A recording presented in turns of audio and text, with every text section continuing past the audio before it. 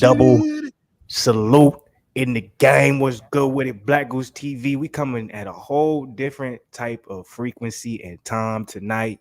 I know y'all like, yo, number one, it's early than a motherfucker. Y'all never come on this early. So I know that's the first thing they thinking. Number two, they like, all right, sometimes we be having these influences on Tuesday. But even then, it's like, okay, they coming at us heavy. But of course, you know what I'm saying? We hear another episode. What's good with it, Zen, man? We hear with Zen Influence episode. You got anything to say to the people? We here 5-0, baby. It's episode 50, boy. We've been here half a century in this joint. You heard? So whoever hop in, you feel me? You feel me? We're gonna be talking that shit. You heard? We're gonna be talking that SHIT capital. That's a fact. We coming in mad heavy today, so make sure y'all be ready for that. I didn't even realize it was episode 50, so salute to Zen pointed that out. We gonna, I don't know how long we're gonna be on tonight, maybe for a little bit, you know what I'm saying, and maybe for the regular amount of time, but either way it goes, man. If y'all end up coming in here, excuse me too, I'm gonna be having some of the sniffles. I'm not sick, I don't got, the vid, nothing like that. Allergies is going crazy. It is allergy season. I played myself and getting them started up. We'll talk about that later, but y'all just kind of excuse me for if I got, any type of crazy sniffles or I'm sneezing or, blowing my nose, blah, blah, blah. But if y'all come up in here, whether it's in the beginning, later, in the middle, whether you watch none of it, you just want to click on it so you can hate, whether you watch all of it, whether you watch some of it, whatever the case may be, go ahead, hit that like button, dislike button. It really don't matter, man. Just go ahead and engage, get us in the algorithm, comment on this joint. That's really the most important thing. I want y'all to say what y'all got to say, even if it has nothing to do with the video. Just talk your shit. That's what we about, man. And then, of course, subscribe to the channel if you're not part of the family, notification gang, so you know when we dropping stuff. Because just like tonight, sometimes you'll never know when we actually dropping some. You know what I'm saying? You don't know exactly what it's going to be. So we come heavy with the topics. Talk to us in, man. Anything you want to say extra before, we get into the part where we talk about our days and all that good shit? Nah, man, I ain't got nothing else to say, man. But if y'all look at this right here, this the grind right here, boy. This is what the face looks like when you been grinding, man. You ain't had no time to get cleaned up, boy. He got the that Javante versus Rolly Romero cut going on right now. You got the same everything. You know what I'm saying? He went in there. You knew he was ready for war. Man, you know what I'm saying? Crazy. Oh, beard. His beard was a lot more spottier. He couldn't. Yeah, he had a little chop. My shit, it's crazy, bro, because you can see it's supposed to technically come all the way in, but it still has it's still missed right here. Like I'm still having skin right here. It's supposed to really I'm supposed to have a full joint. So I don't know what you say. Excuse me. Well, nowadays they say there's certain things. I guess there's like natural oils or whatever you can put into your hair and your beard that can prevent you either from balding or help with hair growth. A lot of people don't know this. I didn't know this. Apparently, wearing a wave cap or a do-rag too long in a day actually will accelerate baldness or patterns of baldness, especially if you have especially if that particular gene runs in your family. Then wearing a do-rag or a wave cap for elongated amounts of time can accelerate that up. So I didn't know that. So we're actually doing the opposite. We think we're doing right, and we are. It does help with the waves, keep the hair laid down, but let your head breathe. Caps are the same thing. Wear hats too much, it does the same thing. So you gotta let your head breathe sometimes. But yeah, I don't know why I just randomly thought about that fact, but to the people. Yeah, well, I know some dudes that be wearing do-rags, and I just be thinking like, bro, there's nothing that you protecting under that, boy. There be niggas at the gym. I'm like, why does this nigga have a do-rag on, bro? Well, okay. What if I presented it to you from this? It's like, look at it like half. Is a glass half full or is a glass half empty type of thing? You know what I'm saying? I don't got that much hair left, so I'm gonna do everything I can to preserve all that I got so it stays as long as possibly it can. Or you look at it as a, glass half empty and be like, man, I ain't got shit left, man. Fuck it. You know what I'm saying? But by that point, I'm like, you might as well just go bald. But that's why I'm the devil's advocate. That's why that's them people, you know what I'm saying? You see in there, you're like, I don't know why you got the do-rag on. They, you know what I'm saying? Glass half full type joint. You feel me? Type mindset.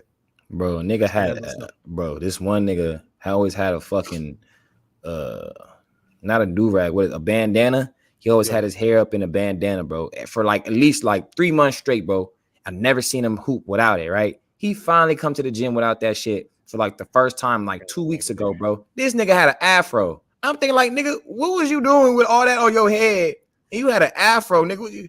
What was you trying to protect the fro. I don't know. I ain't never seen nothing like that, bro. He had no braids. It wasn't like no signs like he had some dreadlocks or something. Like nothing was ever hanging out the back. He just had an afro. I thought he had braids. No, or dreads or something. No, you would see. You'll see some type of hang time. He never had no hang time, bro. It just literally was an afro. Because I had to ask one of the dudes that always play with him. I'm like, bro, what's under his fucking head? This motherfucker just started laughing and walked away. I'm like, so you know it's bullshit under there. Well, okay. What if I argue this? What if that was just his style? What if that was just like, yeah, man, no. I wear a bandana. He had that doo-doo. He had that like baby mama going to the store and they in they pajamas with their hair did up type deal. Nigga wasn't no swag. Nigga, he wasn't looking swaggy out there, nigga. Oh, he had like the yes, bro, multicolored type of joint. And then it's rolled up in the back, nigga. And then it's like rolled up in the back. Okay, that is wild. That's wild for a basketball game. I will say this because I'm not gonna get on them. I'm not gonna, you know what I'm saying, be hypocritical. When I run, I wrap a t-shirt around my head, but the reason why I do that is because of my earbuds. When I get too sweaty, them joints fall out, and when I'm running, I don't want to deal with having to keep putting them, you know what I'm saying, them joints back in. So I wrap a shirt around my head and tie it so them joints always stay in, and it helps, you know what I'm saying, prevent a whole bunch of sweat getting in my eyes. So I do that, but I don't tie it up Hoochie Mama style though. Nigga, he could have a headband and if he wasn't no sweat in his eyes. That nigga's out here just looking crazy, nigga. I'm telling you now. And it's crazy because I told him, I was like, nigga, you came all them times, you had a fro? The nigga just started laughing. I'm like, man, it's crazy because Twan came to the gym. He was calling that nigga Kevon Looney. He's like, I see you, Kevon. I was like, boy, damn, that nigga do look like that nigga Kevon. But wait, how I gotta get an understanding of how the joint was wrapped. Was it just on some regular type shit, or did they have like it was on like, you know what I'm saying, like a hood bitch going to Walmart and she just grab something real quick. She finna be right back to the crib. Yes. So he had the joint. You know yes, and then rolled up in the back. That's crazy, bro. And he has an afro. Telling you. Yes. That's crazy, bro. I'm trying to tell you, bro. I was looking at this nigga. I'm like, I can't believe you was coming. Because at first I'm thinking like, okay, he must have something fresh. You supposed to have like mad dreads or some shit. Yeah, like something fresh. Like he got the Kawhi, he got the AI mellow type shit going on. I'm like, bro, you had an afro this whole time, nigga. What was you having that on your head for? Like, I don't know, bro. It was peculiar, man. But let's get into these days. Like, did he say it was some type of religion or just laugh? That's it. He just laughed, bro. That's crazy. Think about how long it took him to wrap it like that. And why are you only wearing that during basketball? That, bro, why was he coming to the gym every day with that shit, though? I'm like, bro, I'm telling you, for like 3 months straight, he ain't miss a beat. And when I first was it the same bandana every time or the same joint? Okay. Yes. Okay. So I don't know if he was washing it, nigga. I don't know. I don't know what he was doing, bro. I don't know what his. I don't know if that was just his bandana, nigga. I don't know, nigga. He was, but he would wear. I'm not even gonna get into it, man. We gonna leave that nigga alone. At the end of the day, y'all niggas out here that's wearing that bullshit on y'all head and y'all ain't got nothing that y'all really protecting, nigga. Throw that shit away, nigga. That shit not hard. I'm sorry. And also, don't overuse. And if you do got something where you got to put the do-rag on, whatever the case may be, don't overdo it. I know a lot of times it's promoted. You know what I'm saying? I got to get the waves, or you know what I'm saying? I got to keep the braids fresh, the dreads fresh, so I got to wear that all day. Don't do that. You just pushing your hairline back, or you fucking up with your patterns in the middle of your head. You feel me? One of the most important parts when it comes to your hair that you always want to stay alive is here and here. You feel me? And wearing those joints a little bit too much, man, it can take away from the freedom of that. So it's like the same thing. LeBron. Yeah, that's actually a perfect example because that's one of them niggas. He wears it all the time. But a lot of people they don't understand. They think it's doing like the opposite effect. They think like, man, it's keeping my shit good. You know, lay down, I need a song, but it's like it's not. Like you want to let your hair breathe. You want to let your hair, you know what I'm saying, take a life. You know what I'm saying. And there's probably I've been thinking about looking into these products that make they kind of get, you know what I'm saying, get your hair on a whole nother type of it. Because I got good hair, but still, I don't know, man. It's a lot of new shit out here, man. People really coming up with some new shit. Shit, if you want your shit to ever get back to where you got to type in with Jamie, my boy. Jamie Foxx is the coldest comeback in history, nigga. The thing about Jamie, though, I don't trust this nigga is because he'll have like a fresh ass cut and then all of a sudden he'll be bald. And I'm like, that doesn't make any sense. I'm like, no one who always has a consistent ass beautiful hairline, you know, just randomly be like, I'm finna be bald. You know who doesn't make sense? is Floyd Mayweather. This nigga has a full lineup with a beard, nigga. I'm like, nigga, you was bald your whole career. I'll say this though, Floyd was truthful about going and getting the hair transplant joint because he did post it on his IG. Yeah, he got it. That's why he got hair now. Oh, like he was true. He didn't hide it. Like he showed, like he posted on his IG when he was at the clinic, all that type of stuff. So I gave it. He was truthful. I thought he just was going bald on purpose, nigga. And then all of a sudden he like, oh, I'm retired. I want hair. Like now I'm gonna just let it grow. I didn't know he went and got that procedure, man. Damn. I'll be 100 with you though. I say, bro, you should have just saved that money because or maybe we just haven't really seen it in full effect. Maybe it takes like a year before it really goes in. But I'm like, man, it still looks like you're balding because for some reason the top of your head is just not growing all the way in. You feel me? It's like limp. It's like not trying to shoot on KD or nothing, but like kind of how KD shit kind of look like. But see, I get KD this though, nigga. At least he embraces his shit. Yeah, he has a strong hairline. Yeah, that's what I'm saying. It's just the middle of his Floyd shit. Did too. Floyd did too. But I'm like, KD never wore that. Never wore a do-rag though. So I think that's probably why his hairline in the front is still intact.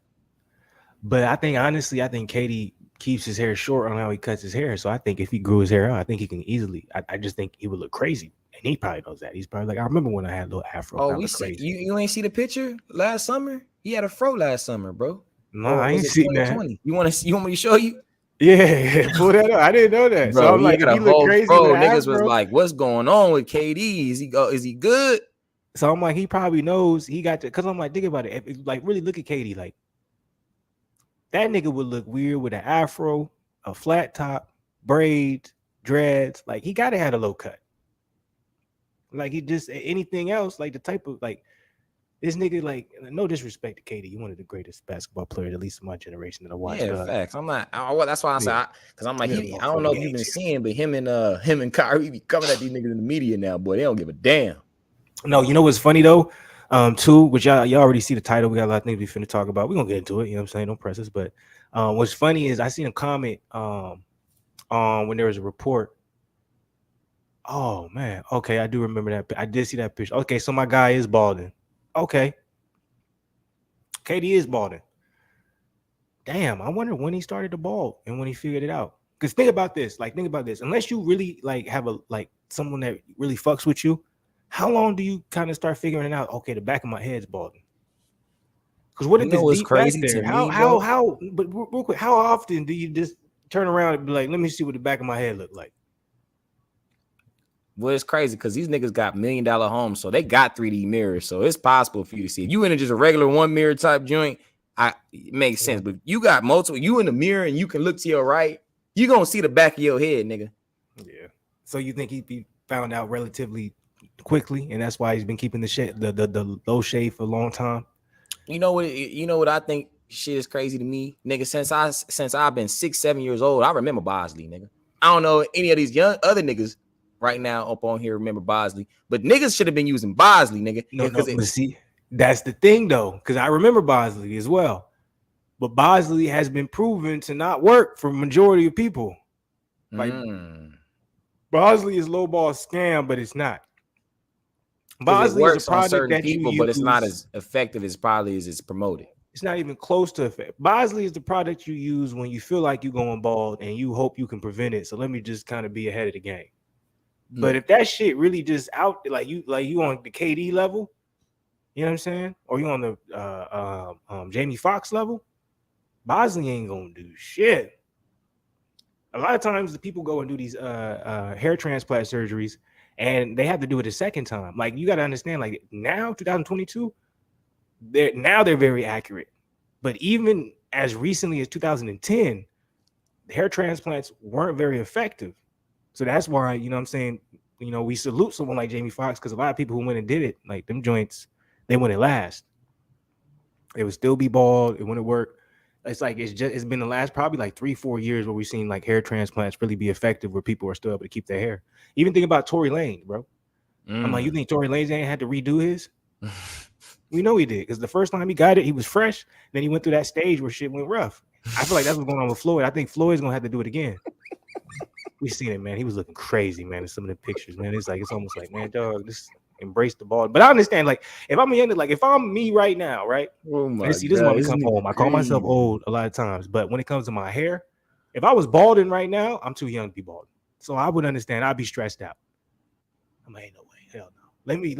Because Brown was your age when his shit was looking crazy. Yeah, but he had millions, so it don't matter. You know what I'm saying?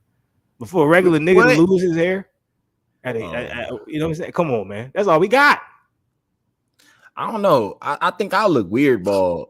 Me too, nigga. But I think bald, nigga. I think I could pull it off a little better than you just because I have a beard. So if I grew my beard out kind of crazy, it could kind of negate that I'm bald. You know what I mean? In a sense. Nah, I have the smooth face. I stay looking young. I have the straight milk chocolate done. You feel me? I'm not gonna lie, Flu. You probably do it better than me, bald, bro. I'll be cool. It's just for me. What my problem is because I got a round face. You know what I'm saying? When it comes to my hair is constructed too. Yeah, I can't. I don't want. Yeah, so I know it look a little weird, but I think as I got older, and you know what I'm saying, I get more of the lines and all that type of shit. I think I'll be able to pull it off. I think as a young nigga though. Young nigga, I couldn't do it. Well, because remember, I'm old, but for me to be bald right now, I'm young. But you good though, bro. Your shit not even close to even like nothing. Oh bro. yeah, I know, nigga. You see that? Nigga, yeah, like because of me, like my shit's still intact. You know what I'm saying? My shit's still intact. I ain't worried about balding, you know what I'm saying? But at the same time, you know what I'm saying? I ain't trying to speak it, believe it, receive it. You feel me? So exactly. God, please. I'm trying to be like Julius Erving, boy. That boy Julius still got a full flat of hair in a hairline. And this is the thing. It's like my daddy had hair all the way up to the day. But the thing is, you don't get it from your daddy's side. You get it from your mama's side. And my mama's brother was bald as hell. So that's what I'm worried about. But I'm gonna stay faithful. And I'm gonna luckily my grandpa, he still got a full flat of hair. So I'm like, gotta be from your mama's side. That is my mama's side. Okay, so yeah, then you good. I always remember when I asked this question when I was younger to my mom. I was like, would you rather be bald or would you have all gray hair? She was like, I'd rather be bald. I was like, what? I was like, women really? And I didn't understand at the time because I was a young nigga. I asked this when I was in high school still. And I remember to this day, I'm like, man, women really, I wanted to keep my. Bro, women dye their gray hairs, but it's crazy though, because I remember I was watching a TV show and somebody was like, you brace them gray hairs, boy, that show your wisdom. That's what they was men. Saying. Women like, oh, that just show we old. Exactly. It'd be crazy, bro, what type of things that we as people really care about. Like, girl, to me, I'm not gonna lie to you, man. If I seen a sister and she was up in some age, but she had them gray hairs, but she was looking good, I think the gray hair would make me more attractive, honestly. I'd be like, damn, she looks sexy with that gray hair. That's what I would think. Let me ask you this right now, because we're still young. It'll change as we get older, obviously, because we're going to be older. But what is the cap limit? Like if a woman, like say if you out, you chilling, you know what I'm saying? You're doing your thing, having fun. You know, a woman approaches you, and you know what I'm saying? She starts, you know, obviously you see she's approaching for a certain reason. Where do you cap the age limit? You feel me? Or is it like yo, appreciate you, but of my age, like so between my age, like what there's no between. I'm saying there's a woman that approaches you, and I'm saying I'm not telling you the age of the woman. I'm just saying she approaches you, can see she's trying to do something, or she's trying, you know what I'm saying, you know, get it. Do I get to ask her age, or am I just have to just assume her age? You're just gonna assume, you feel me? Because you're gonna go off the vibe, you know, because but no, you're not gonna say anything to her. I'm just asking you, you know what I'm saying? But I'm saying what would be your cap limit? You know, there's women out here that are like 38 years old, but they like look like they 29. So that doesn't matter. It all none of that matters if they look younger. I'm asking you what your cap limit is. Where is it like, all right, I'm looking at this chick, she looks too old. I ain't like, nah, I don't know why you approach me like that. That's disrespectful.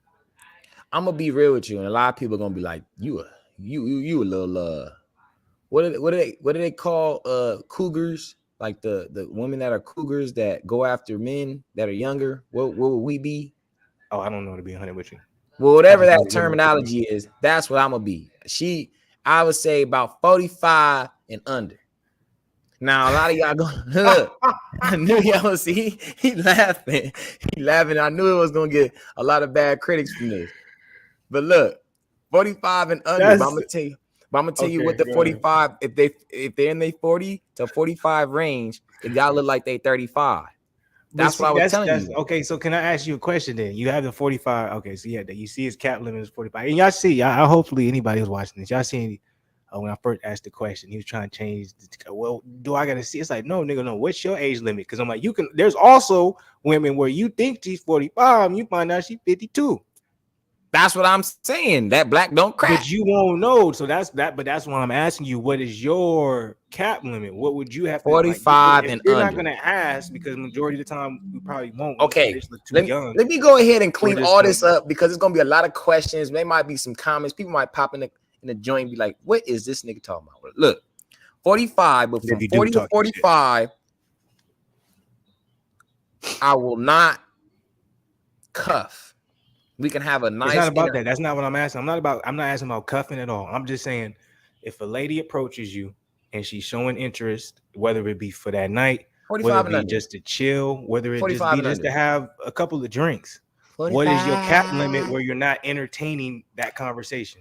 45. So it's 45. So you're looking at them and you'll be like, okay, this lady, she does not look like she's older than 45. Let's have a good time. If that's what she's presenting. Because it's crazy, bro. That's twice your age, nigga. I know that. But see, it's crazy because I've always had an older spirit. And I've noticed that I just always get along with I'm at an older spirit. And I notice I always get along with people that are older than me. I'm dead ass. Think about it, Flu. You older than me. All my homies damn near for the most part are older than me. But we ain't in our 40s. I ain't say that y'all was, but I'm saying the older the women, the more I feel like they can. Look, I'm gonna tell you something, right? I was working the other night, right? In the joint, she asked me how old I was. I was like, I'm 26. I said, how old are you? She said, I'm 34. I said, okay. We had a conversation. By the end of the conversation, she said, well, I'm not gonna lie to you. I wouldn't expect you to be as young as you are the way that you're speaking. And I said, what do you mean? She said, you just really have a certain type of way you're carrying. Like I have conversations with people that are like around my age and they're not even as mature as, because I was just being just open. Like, because you're a woman. You do it. No, I'm playing. Go ahead. Oh, no, she was just saying like fucked up your rating. You stupid. But yeah, she was just saying like, cause like, I was just, how we talk, just coming from a different perspective. She was trying to kind of come down on herself. I was kind of like boosting her up, like, nah, do. Like, well, if you looked at it like this way and did it. So I was like, just being, having different perspectives for her. And within that, she thought I was like, so how old would you think I'd be? And then she was like, I don't know, you like around 31, 32. So I'm like, okay. Like, I'm like, look wise or just how I'm speaking. So she was hoping, nigga. Speaking, huh? She was hoping. She was like, I hope this nigga around my age, because I'm finna shoot. She kind of shot her shot right there. Low key. But I'm just saying, though, it seemed like I just click with older women, man. Not saying I can't vibe with people my age, maybe younger. I'm just saying my cap a little higher. Fuck these older bitches. No, I love all y'all. I'm just playing. I ain't trying to make it R-rated. I love all y'all. You feel me? What's your cap since you want to get on me? I don't have a cap. If you attractive and we having a good time, baby girl, come through. So you gonna get the chili chocolate over there when I say 45, but you gonna talk about you don't even got no damn limit. I have no limit at all, because obviously I doubt any woman over, probably like 50, 55 is gonna be just in the same area I am, single. So I'm like, I doubt that's gonna happen. But I'm like, if that is the case, and she doesn't look horrendous and she's having a good time and she approaches me, I'll be like, yeah, let's go ahead. Let's see where this goes. So you talking about she was 2 times older than me. That's 3 times older than you. I was just talking shit. Oh, man. I respect the open mindedness. I'm just saying, wait, look, nigga, I ain't got no caps. Especially if she, and it go back to what I was saying. It's because you got an older spirit. That's why. Maybe. I think it is that. Also because, we dudes. You feel me? And see, for me too, it's like I'm not even looking at it from a perspective where I'm trying to do something crazy with the chick. I'm like, if she come over, she's like, oh, let's have, let's buy a couple of shots, let's have some conversation. I'm all right, bet. I'm in the moment. Now, I don't discriminate, man. Don't say that, because what if this joint happened to be a plus size model? How many shots we talking, baby girl? 0. She don't want to take no shots? Nope. She was once conversation. All right, well, I'm gonna give me some shots. All right, bet. No shots for you. She can't tell me what to do. I'm there by myself with my money.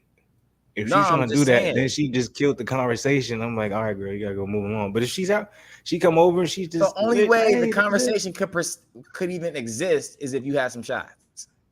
if I'm out, yeah. That's the whole point of me being out. So Nigga. basically, you have no age limit, is because if as long as them shots is Yeah, rolling, you're I gonna be definitely good. have an age limit. It has to be of age. Would you get? I'm talking about as far as the cap at the As top, far not as the cap, below. no, nigga. I have no. If you cool, we having fun. I ain't tripping on nothing. Why should I? Okay. So if a 60-year-old roll up on you, it's fair game. Fair game. Just don't be like if they like coming over and they like, oh yeah, I'm like, hey, yo, man, move that shit somewhere else.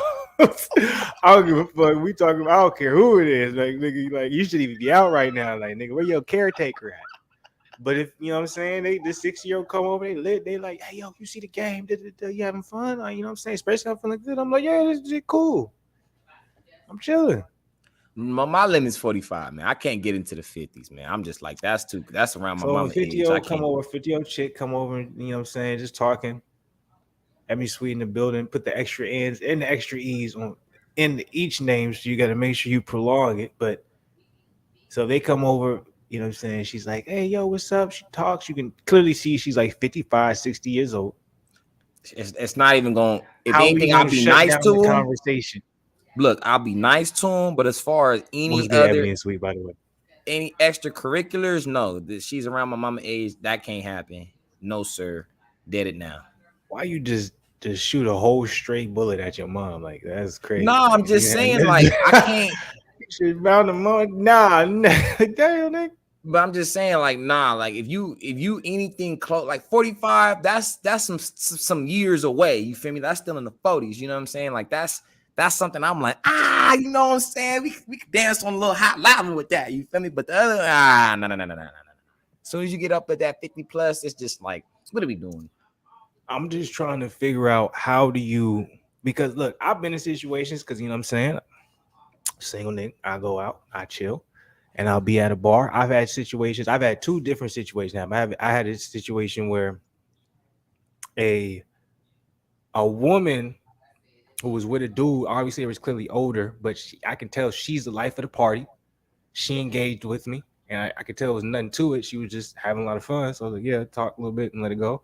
And then I have the other, vice versa, where we're watching the game, dude with his chick, he just talking, hey, yo, you see the game? It's crazy. Who you think is going to win? Oh, yeah, dude. Like, I had both. You feel me? With the chick, both of them I know. I'm like motherfuckers just making conversation, but they clearly older. Now, not in the range of like 50 to 60. Like, I remember the chick, she probably was like in her 40s. Dude was probably in his like late 30s type shit. But both of them were just cordial. Just, hey, you here? You sit next to me? You know what I'm saying? This is what's going on. Like, that's just I'm normal. engaged. But to me, that's normal human interactions. But the way you made it, Sorry, I should have muted that. My sniffles. The way you,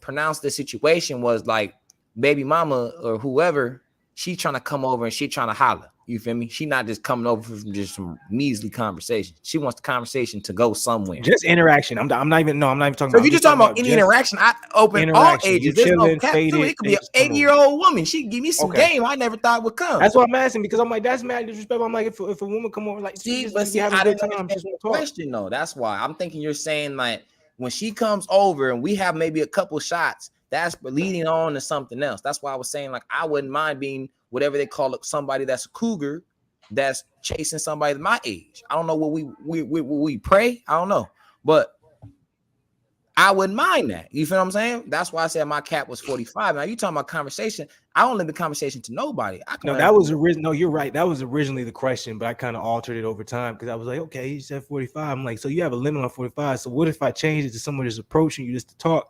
Would you not want to talk to an old motherfucker when you having a good time, in your opinion, because you feel like, oh, I'm in this, you know what I'm saying? Like, I don't know why I'm asking this, y'all, but it's just like my father told me that his father told him there aren't no old fools. So you would try to get the knowledge. Yeah, that would be the most, and they probably would just try to recapture the youth, if that makes sense. So it's like when they're speaking to me, they could go down memory lane like, damn, I remember when I was your age. And they might even give you props like, damn, when you was when I was around your age, I didn't necessarily think like that. So it's good that you feel me? And then they could be like more so, because one thing I've noticed, bro, is that our generation and even generations younger than us get a lot of bad rap, right? We get a lot of flack, like, oh, we're radical, we're this, we're hard-headed, we're blue, blue, blue, blue, blue, blue, blue. But you know what I'm saying? We don't never really get too much praise that it's like, oh, like y'all actually do think a little different. Oh, okay, y'all actually are kind of thinking more so outside the box than we ever was thinking. You know what I mean? So it's like when you have a conversation with somebody, and because like I'm not trying to say everybody our age group is necessarily wise right now or making the most. You got to think about that too, and we're gonna get to that comment from Lost One too, because I love that comment right there. Go ahead though. But yeah, man. So, damn, I lost my train of thought. But basically, you was basically saying not everyone's gonna think you're wise. Not everyone's thinking you're wise. Depending on the age or they're thinking some. Yeah, go ahead. Because especially with social media and the media, people forget people show you stuff on purpose, right? So it's like if they're always showing us our age group or younger doing a lot of buffoonery, they want to mass us all up together, right? It's the same thing with older people. When we see a couple old dudes hating on us, we like all the old heads is tripping, right? But there's some old heads out there that actually will try to give you the game or whatever, you know what I'm saying? So it's like a trial and error. But I think majority is. Let me also say this about during kind of our age group, and kind of it's not really our age group. It's kind of us. We're right on the cusp of the outside of that age group, like the people who are like, 15, 16, 17, 18, 19, 20, 21, 22, like all of them right now. I'd be like, man, I couldn't even imagine being y'all, because like when we were coming up, we thought there was some type of easy access to money. You feel me? Because of how it was shown to us in comparison to the generation before us. They never would have thought it was that easy because just information or certain things wasn't accessible.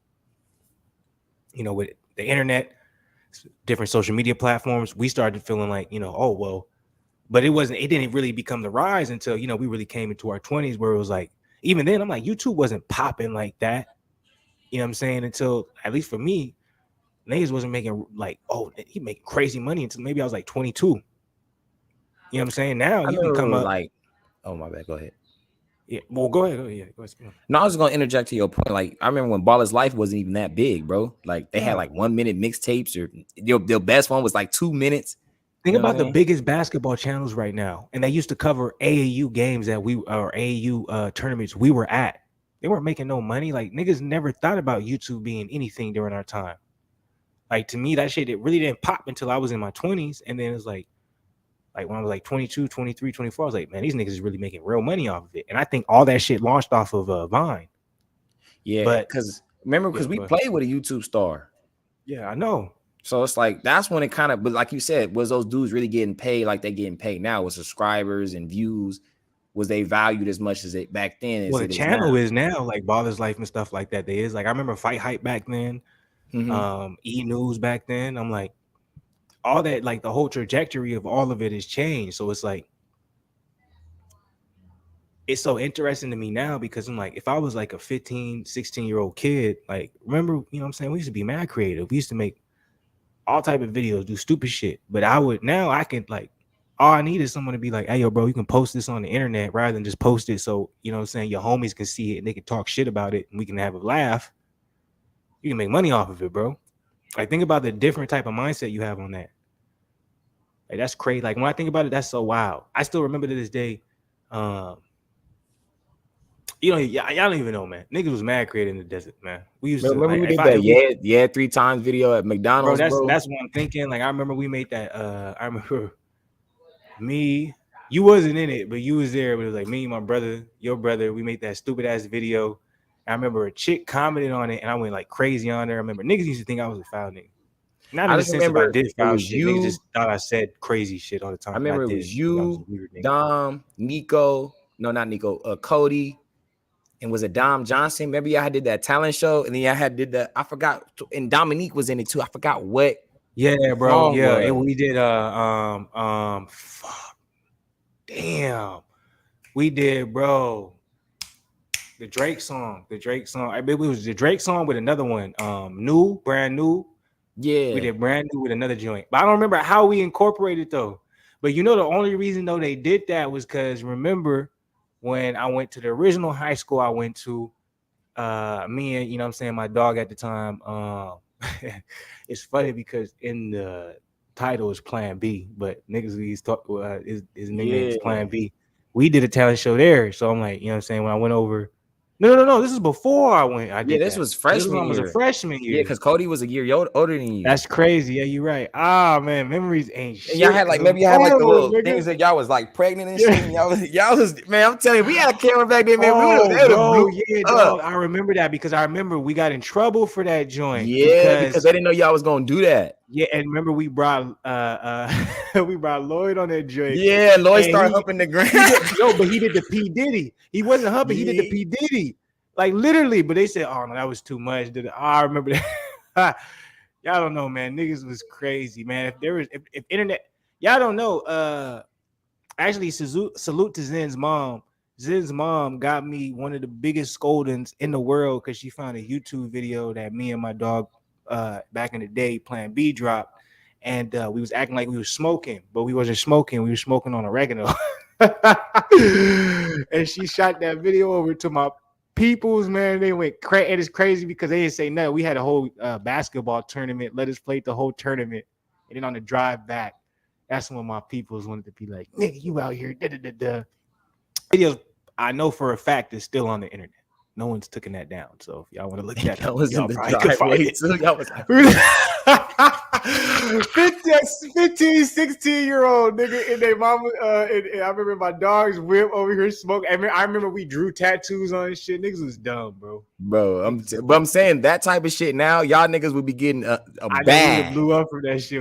We had a bag. Think about when you was going around and you was doing you know what I'm talking about when you got Zach kicking the nuts. We used to do that because I remember there's so many stories I can tell you. Just like, man, y'all don't even understand, man. High school in the desert, man, you had nothing but to think about stuff. Nothing but time, nigga. Nothing but time. We filmed those because I remember I can't remember. It was me, my bro.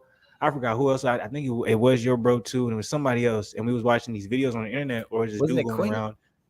It might have been, but he was just going around. He was just kicking niggas in the nuts, and I was like, bro, I'll do that. I'm like, we can film it, and niggas see people's reaction. But it's like I can't kick nobody because I'll get in trouble. So I gotta go around. I gotta do a quick bow check, bro.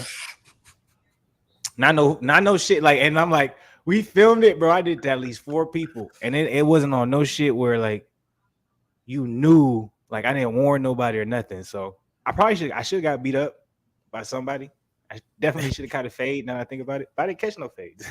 No, it worked out. Zach, but it was I think Zach was the only one that was trying to, but he was in too much pain to get you. And technically, if Zach would have beat me up, that would have been a charge because he was 18, huh? Yeah, and I was under 18. I was a freshman, so could have been charged. I never would have charged that nigga though. But okay, let's get through these comments real quick. Last one. I know a lot of old fools. I want to talk about that comment. Yes. That is true. Not just because you have experience and you older doesn't necessarily mean you wise. True. Last one said, "If I can't hate, I'm for myself." That's why I love the Black Goose family. It's like, yeah, but it's a yin and a yang. You feel me? It's a yin and a yang, a black and a white. There's always, negative to a positive. That's life, right? Ebony Sweet said, "I'm too smart for love." That's actually a brilliant comment. Love can get you stupid, yeah, but some people would say it's a blessing, depending on who you is. I'm in that boat where I'm like, man, fuck this shit. Oh, I got a sneeze coming in. Hold on.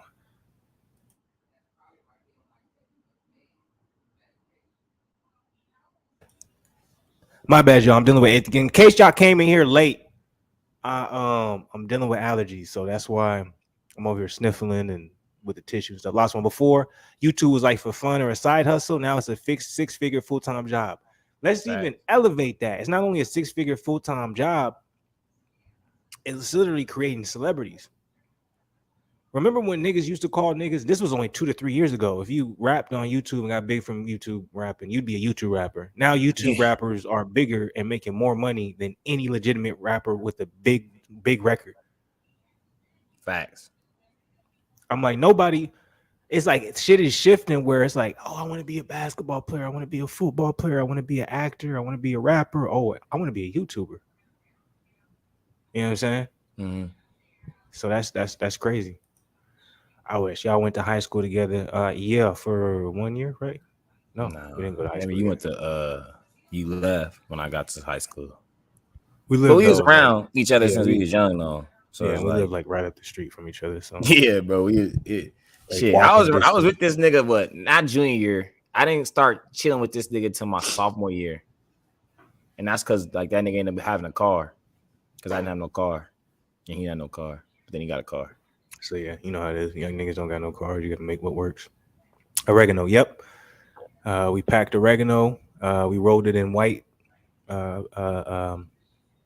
printing paper, and we burned it for our rap video. It was stupid as fuck. Abby is sweet. Damn, she told on you. Yeah, but you know, she should have. We was doing dumb shit back then. It was oregano, bro. I wasn't at that time. I still ain't. At that time, because I was a freshman, right? A freshman or sophomore. Yeah. And I ain't done nothing by then. So it was. I swear to God, I'll be 100 with y'all. I'm Fluence to the day I die. I ain't smoke nothing like for real until the end of my sophomore year. And I only did that because we lost in the playoffs or something like that. So I did it one time. I mean, so you'll see it. It's on YouTube. If you go on YouTube, I can't remember the name. I could probably tell you. We had a certain group name, and it's probably there though. Dumb shit. Yeah, it was dumb as hell. I did a lot of dumb shit as a kid. I still do dumb shit as an old nigga, but nothing compared to them. Last one. They are bleeding into stuff like sports, boxing. Much as I hate to see it, that's a fact. I don't remember what we was talking about. Well, I like that because that's a good transition, man. Because I want to play y'all a clip that man Stephen A. Smith was going in on this man Young Kyrie.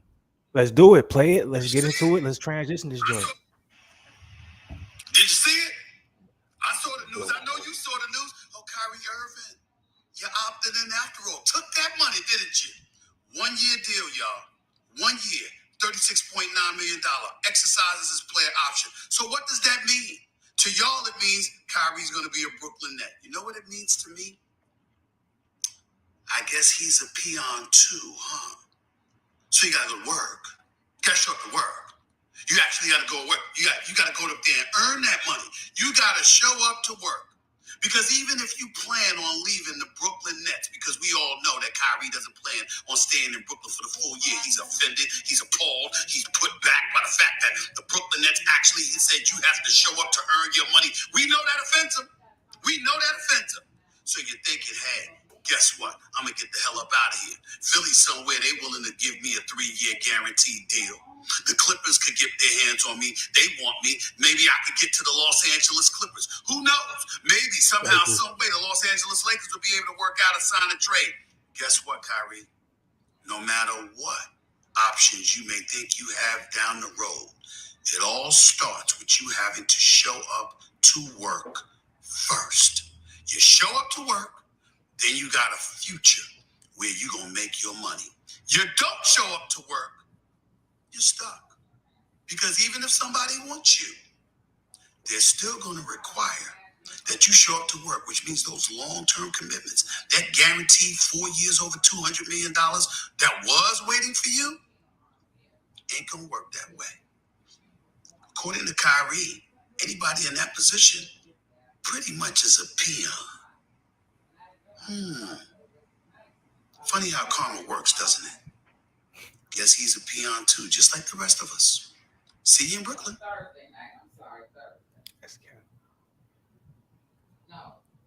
Those are Stephen A.'s words, not mine, y'all. And then Kyrie responds, he says, as Stephen A., you're going to have to explain yourself to people in your generation. I'm not around many 50-plus-year-olds that speak and act like you do, so this is new for me. But I am sure my father and my uncles can meet you on your level better than I can. We know you, Stephen. And then Oh, go ahead, my bad. Go ahead. And then the Stephen A., he came with this whole rant. I don't feel like reading all this that Stephen A. Jesus Christ. I don't feel Where did he post that on? Twitter or Instagram? Twitter. I don't feel like really reading it though. Just because I gotta get some more tissue. Do at least half of that joint. Just read to people. And real quick, R. West said, "Is Stephen A. still relevant? I haven't watched him on TV in years." I will say this because neither have I. I watch Skip and Shannon. Only sports show I watch. And I don't fuck with sports shows, period. They're fucking. I'm not a young nigga no more. So sports shows is really entertainment. But Skip and Shannon, they entertain me to the point where it's like, damn, I find myself watching those. So I haven't watched Stephen A.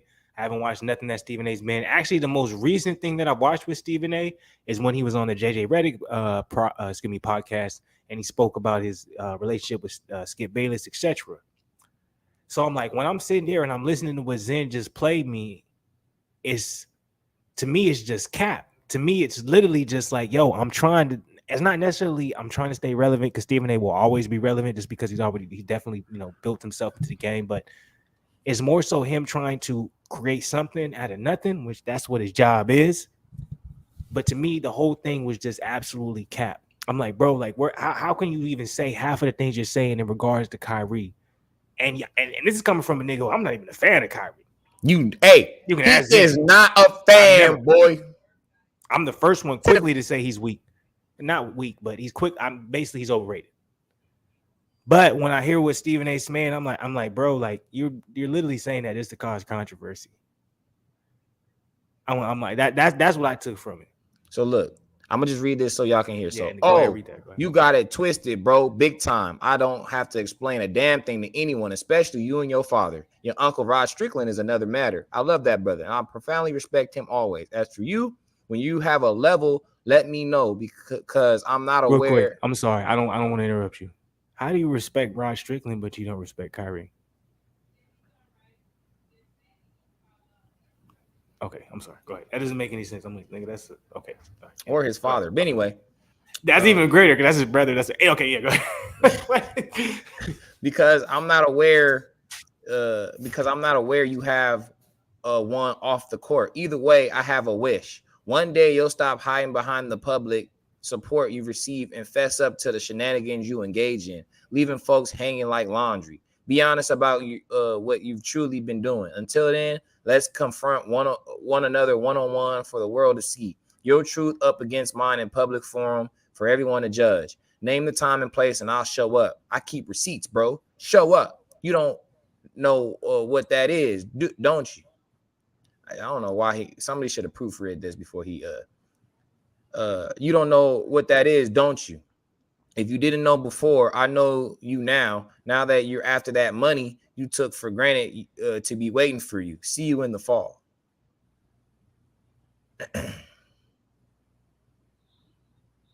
So, yeah, man. So that's what Stephen A. has said back to Kyrie. So, yeah, man. That's what you know what I'm saying? That's what Stephen A. was on. So I don't know what y'all think about that, but you know what I'm saying? It's crazy though, because I don't know why everybody's acting like him taking the money. I'm like, ain't that why he constructed the contract in the beginning, to him have an option whether he wants to stay in or leave? So I don't understand why everybody's criticizing him for staying in his last year of the contract that basically he constructed with the organization. I don't understand. I'm lost. All right, so this is what I wanted to say when it's basically I was talking a little bit earlier and I was like, okay, I saw a funny ass comment and it wasn't funny. It actually ended up becoming true. I just kind of laughed at it, where it was speaking about this particular situation, and basically the comment said, like, yo, do you understand that Kyrie and Katie, they hate the media? So do you think they want to take the first chance that they can get at being trolls? I bet you 100% they're just trolling the media and Kyrie's going to be back with the Nets. And when I read that, I was like, that makes 100% sense. And then seeing his decision, I'm not saying, you know what I'm saying, he's doing it just basically out of, you know what I'm saying, I'm trolling the media to make y'all think something, because I do definitely think there's a rift when it comes to Kyrie and the organization of Brooklyn. But I think at the end of the day, the reason why Kyrie went over there to Brooklyn, or the reason why KD went to Brooklyn, was because of Kyrie. So I don't think Kyrie's going to leave KD hanging like that. I think at the very least, Kyrie's going to give him like, yo, I have 1 year left. Let me go ahead and do this. And let's see what we can do from it. I like, if you don't think Kyrie's going to play the rest of this season with Brooklyn, you crazy.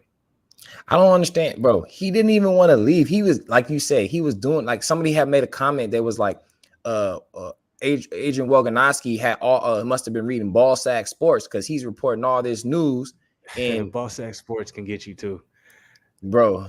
Saying he's reading got from that shit on me. He's like, he's reading Ball Sack Sports, but Kyrie's been with, I forgot what the trainer what the reporter's name was, but he said he was been with that dude this whole time type shit. So basically, it's kind of what that other person probably was saying. They was doing it on purpose, saying, oh, Kyrie wants to go with the Lakers and wants to go with the Clippers, and he has all these teams and doing all that on purpose. And then he's like, okay, like, I'm gonna sign in. You feel me? Like you said, just trolling. Because if you look at this post, it says Skip Bayless says says hashing it out with Stephen A. Smith wasn't the easiest. And then KD commented, "Oh, I'm so proud of these men." And then Stephen A. Smith said, "Thank you, bro. It's always special to know that you care so much. I'm touched." Right. But then earlier in the day, real quick, you can tell Stephen A. be feeling himself, bro, all the time, bro. I'm like, chill, man. You really be going back and forth with some of these, you know what I'm saying, athletes. Like, I respect you. You know, like, you know what I'm saying? You done some great things, but I'm like, chill, bro. But and then I guess Skip Bayless on his show, he said, you know, he went. I'm not gonna play all that, but he I know what you're talking about, though. I saw that episode. Yeah, he said we're good now, and then he said, I trust Stephen A. with my life. I will always have his back. So I'm just like, what I think the media is trying to do is they're trying to make sure everybody's on one accord mindset. So when it comes to like these athletes trying to speak up, because you see what Draymond said to Skip, right? Nah, what'd he say? He was just basically like coming at Skip saying like, you don't want to come on my platform and da-da-da. Matter of fact, let me go to the tweet. Skip don't go on no one's platforms though. That's the thing. Neither does Stephen A. They'll go to someone that they feel protected or they, you know, they'll be good with. But I'm like, if you get into the YouTube space, man, I want to see you go into these other platforms, man. He said, YouTube ain't network TV, nigga. It's collabing. He said, no, Draymond, the real reason you wouldn't want me on your new media, because he basically said he wouldn't want Skip on his new media because he wants people that, you know, played the game and actually, you feel me, like that's what his podcast is for real hoop talks type shit. So he was saying, no, Draymond, the real reason you wouldn't want me on your new media podcast is fear that I will make you look foolish. You could edit, but you know I'll be taping on my end. Of course, I love to have you on my podcast, but there's no way you'd risk that. So keep making excuses. That nigga Skip is a savage. Bro, on these niggas top. You should have, bro. He was on Westbrook. Look, I'm gonna read. He said the most predictable move in NBA history. Westbrook opts in for his $47 million. What was he going to do? Spite us critics by testing his value on the open market. What value? If he plays the way he did. Can I say this though about Skip? The reason why I do give Skip a pass is because that nigga's old as shit. So he's literally seen Magic, Bird, Michael Jordan, like he can remember all this. So it's like we can talk the shit we want to talk, you know what I'm saying? Be like, you so biased and all this type of shit. But it's like he's literally seen like a lot of the people who is talking that shit, like us and in the younger generation, we've only seen what we see in front of us. So a lot of times we're just judging from a cup that is only so big. You feel me? Like we judging from a cup that's a mug.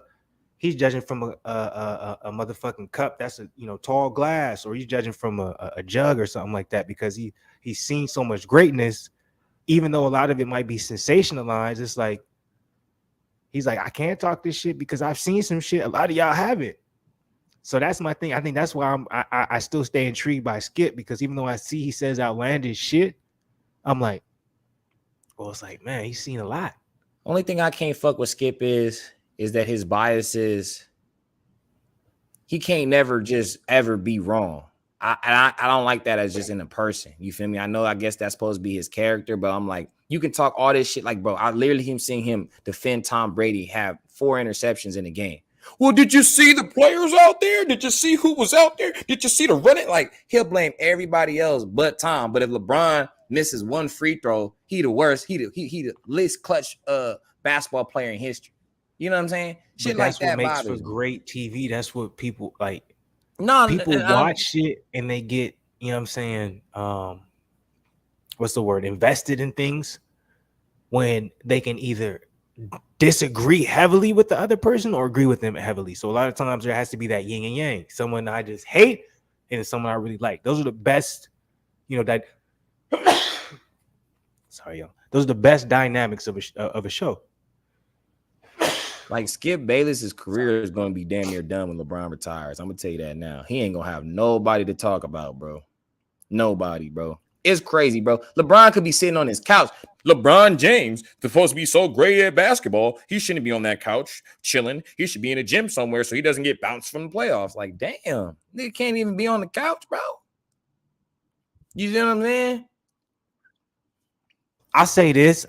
He'll still find a way to still be relevant simply because he's kind of already building and it depends on how long Steph's going to be here because it's funny. He's smart. Sorry, y'all. It's smart. For some reason, my allergy is going absolutely crazy right now. I don't know if I got the air that just turned on or something, but I'm sneezing wild. But you see, he goes at Steph crazy. He downgraded what Steph did. You feel me? He did. He feels like Steph isn't that good. You know what I'm saying? He's like, Steph tried this, he tried that. This is all the flaws. Even with them winning the championship, doing what they did, he still downplayed what Steph did. So he does the same thing with Luka. He talked this shit about Jason Tatum. So he finds his way. It's just at the end of the day, LeBron still rules everything. But it's funny how KD is the guy that he really fucks with because he understands that's the polar opposite of LeBron right now in this era. But he also understands when LeBron retires, KD won't be the best player in the league anymore. You said when LeBron so he understands there'll be a shift. You said when LeBron retires? Yeah, when LeBron retires, he's not playing no more. You said KD or he won't be competing to be the best player in the league. He won't be like, oh, okay, we're talking LeBron, we're talking KD. Like, who's we already see who they deem the best player in the league. We already see it. You know who, right? You know who it is, right? Who they're trying to say is the new best player in the league? Oh, I'm talking about in the next 2 years. You if you don't know the name, who they're gonna elevate to be the next best player in the league in the next 2 years? That's a loaded question because I'm like, who are they going to say specifically is the next best player, or who are they going to begin to kind of talk about and say who are they going to come out their mouths and say this person is the best player in the world? Well, right now it's going to be Giannis. No, but the person that they're going to be kind of like teetering to be that guy in the next like 4 years, I'm assuming it's going to be Tatum. But you know what I'm saying? No. You're trying to talk about Steph Curry, most likely. No. Who are you talking about? Luka, nigga. No, they're not. I promise you, bro. Think about it. He took that team to the Western Conference Finals with no other All-Star, bro. Once they get him an All-Star, bro, or they get him somebody that's gonna like match his presence, bro, they're gonna say he's the best player in the world, bro. I promise you, bro. And what is this day? June 28th. So I can always remember to come back. June 28th, 2022. I told you on this podcast, the 50th podcast, that they will make Luka the best player in the world, bro. They already saying how, bro. Did you not see the whole playoffs where they kept just saying he's in the Jordan and Wilt Chamberlain statistics? Look how great he is. Da-da-da. Like, bro, I'm already seeing how and don't get me wrong, I think Luka's a fantastic player. I don't think he's weak at all. But I'm just saying they're gonna make him the best player in the world. Like at that time, remember Magic? People would probably argue Magic was the best or Jordan, but people would say a lot of people were saying Larry Bird was the best player, and Larry Bird cold. I'm not saying he wasn't. I'm just saying they were saying he was the best player in the world. They gave him 3 MVPs in a row to show you that he was the best player in the world. That's all I'm saying.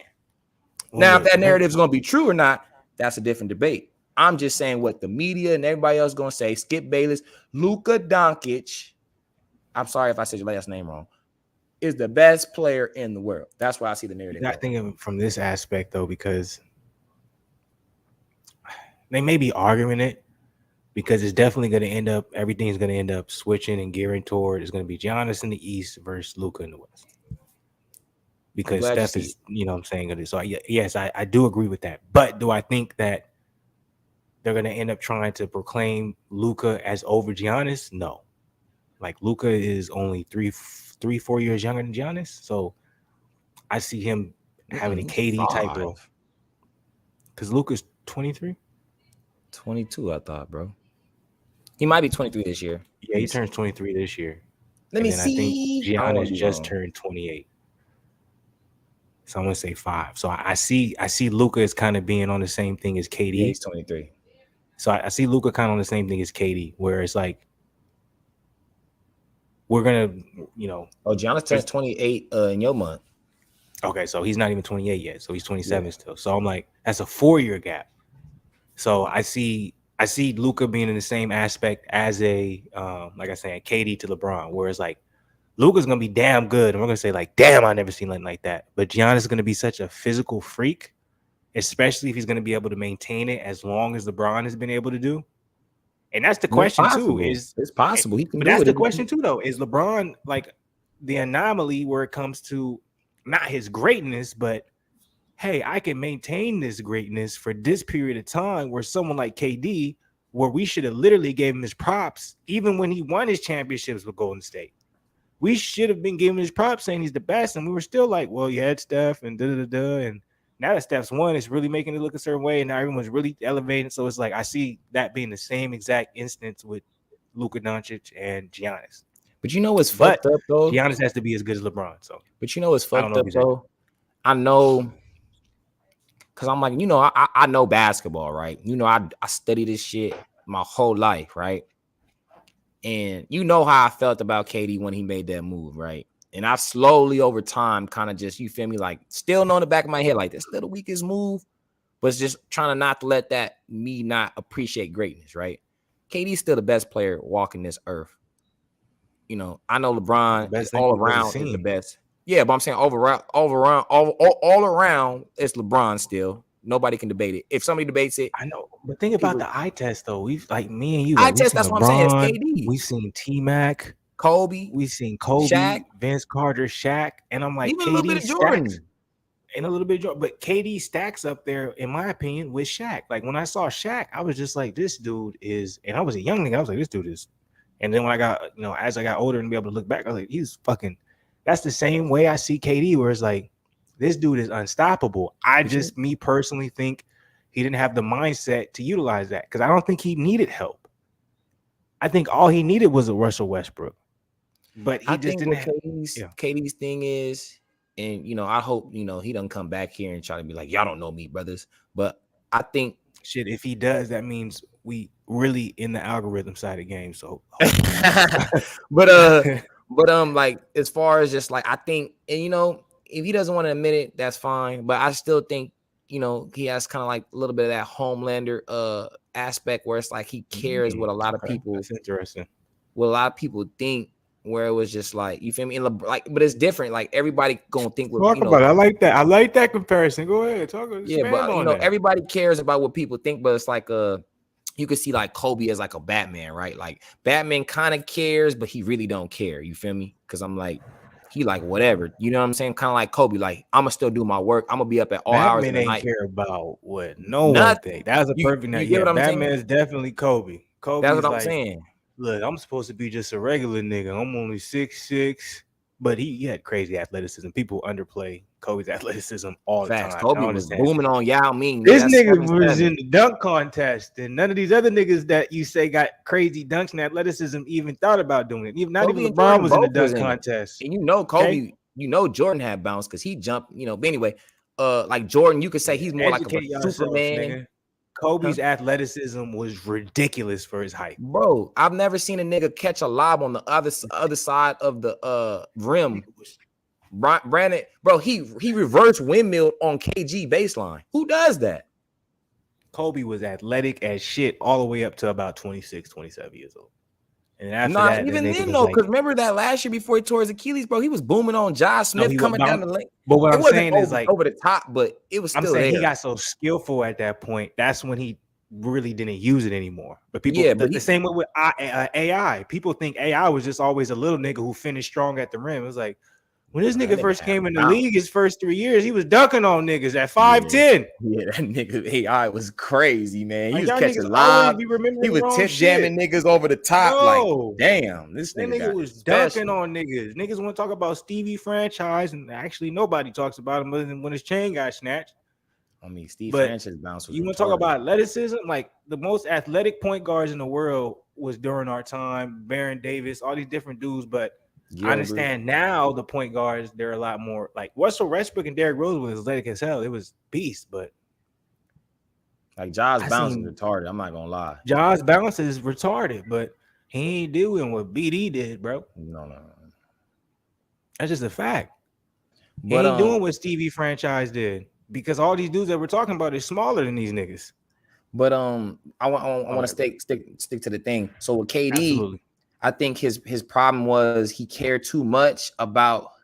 He wanted to fit in, right? He wasn't like, yeah, he's different and he knows he's different. Like, you know, he'll say shit like, I'm Kevin Durant, shit like that. I'm not saying he's not confident in himself, but he wants to be cool with people, even though he might think like everybody, his persona is maybe in the media or how he portrays himself through the social media that he doesn't.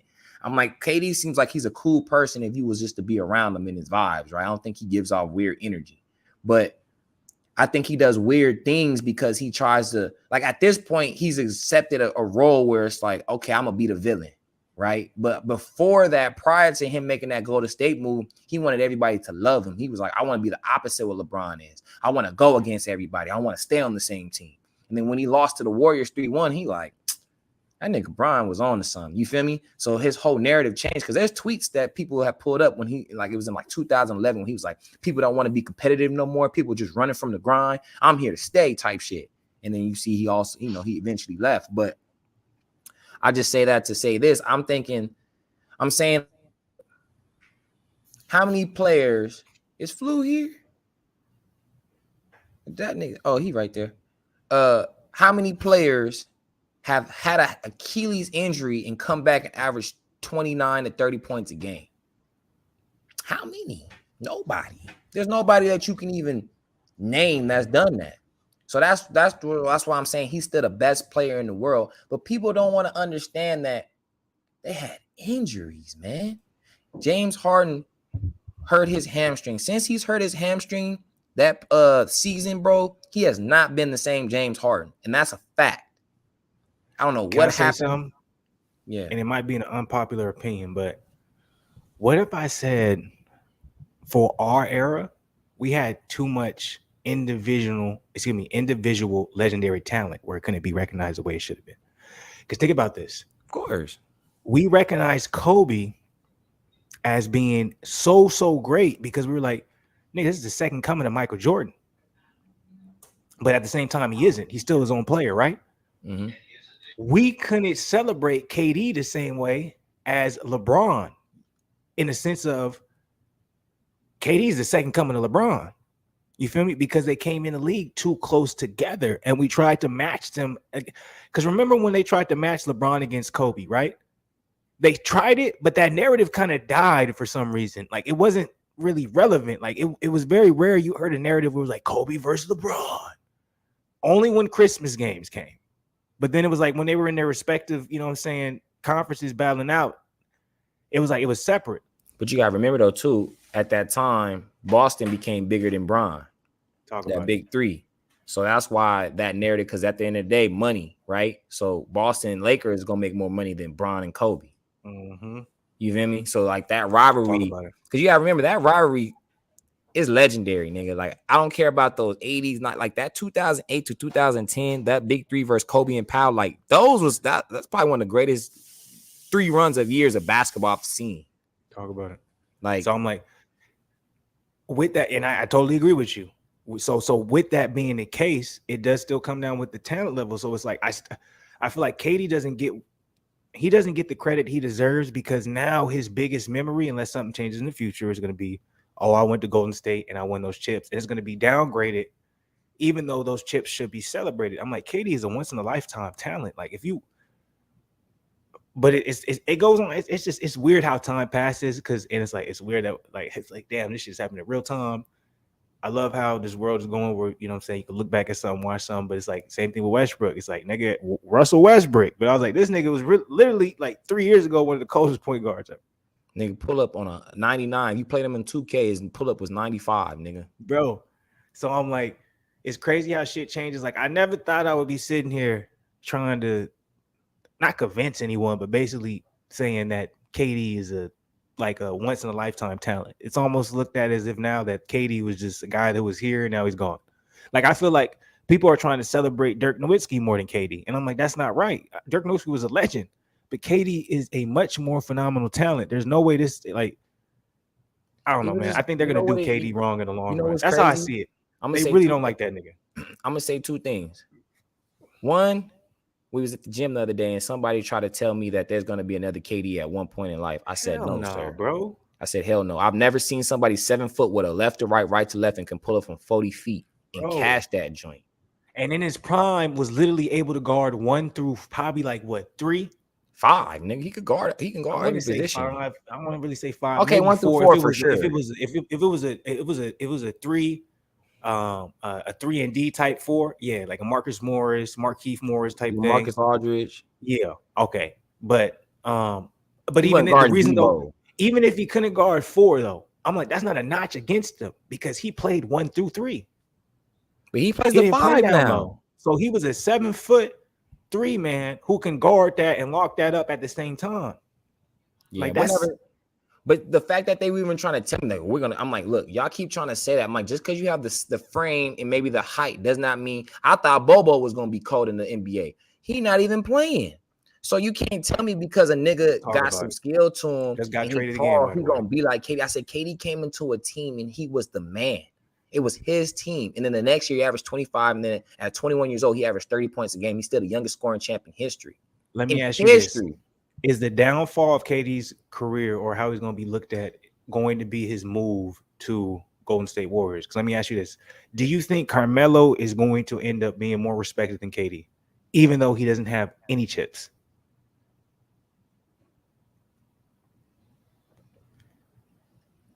Low key, just because people like Melo better.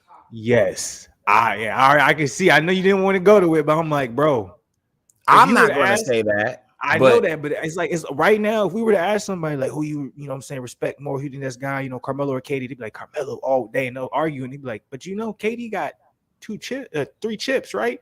Two or three, 2 chips, right? 2 finals MVP, right? And an MVP. People forget about his MVP, 2 chips, bro. 1 finals MVP or 2 finals MVP? 2 fights. So he won both the finals MVP for both those MVPs and 1 MVP and scoring title. He's been a scoring title leader. Won the scoring title what, once or twice? 4. But Nick, I'm like, I remember we talked about this or something like that. Probably like a couple weeks ago because it was based off the Crack Fast podcast. It was like, who's better, T-Mac or KD? And I remember both of us, we said T-Mac. You know what I'm saying? I'm going to rescind my comment. I think it's KD now. I really thought about it. Well, it all depends though, because you gotta remember, you're talking about a legit 7-footer. He's just a taller T-Mac, right? I'm like, but the thing about, and if T-Mac didn't get injured, they would consider him up there with Kobe, right? This is what we got to give KD his flowers, right? Because the narrative when he got into the draft, and I remember on Twitter he had made like a comment like, haha, that's why you can't trust these media people or whatever, because it basically was like a 2-minute video of what's the dude Colin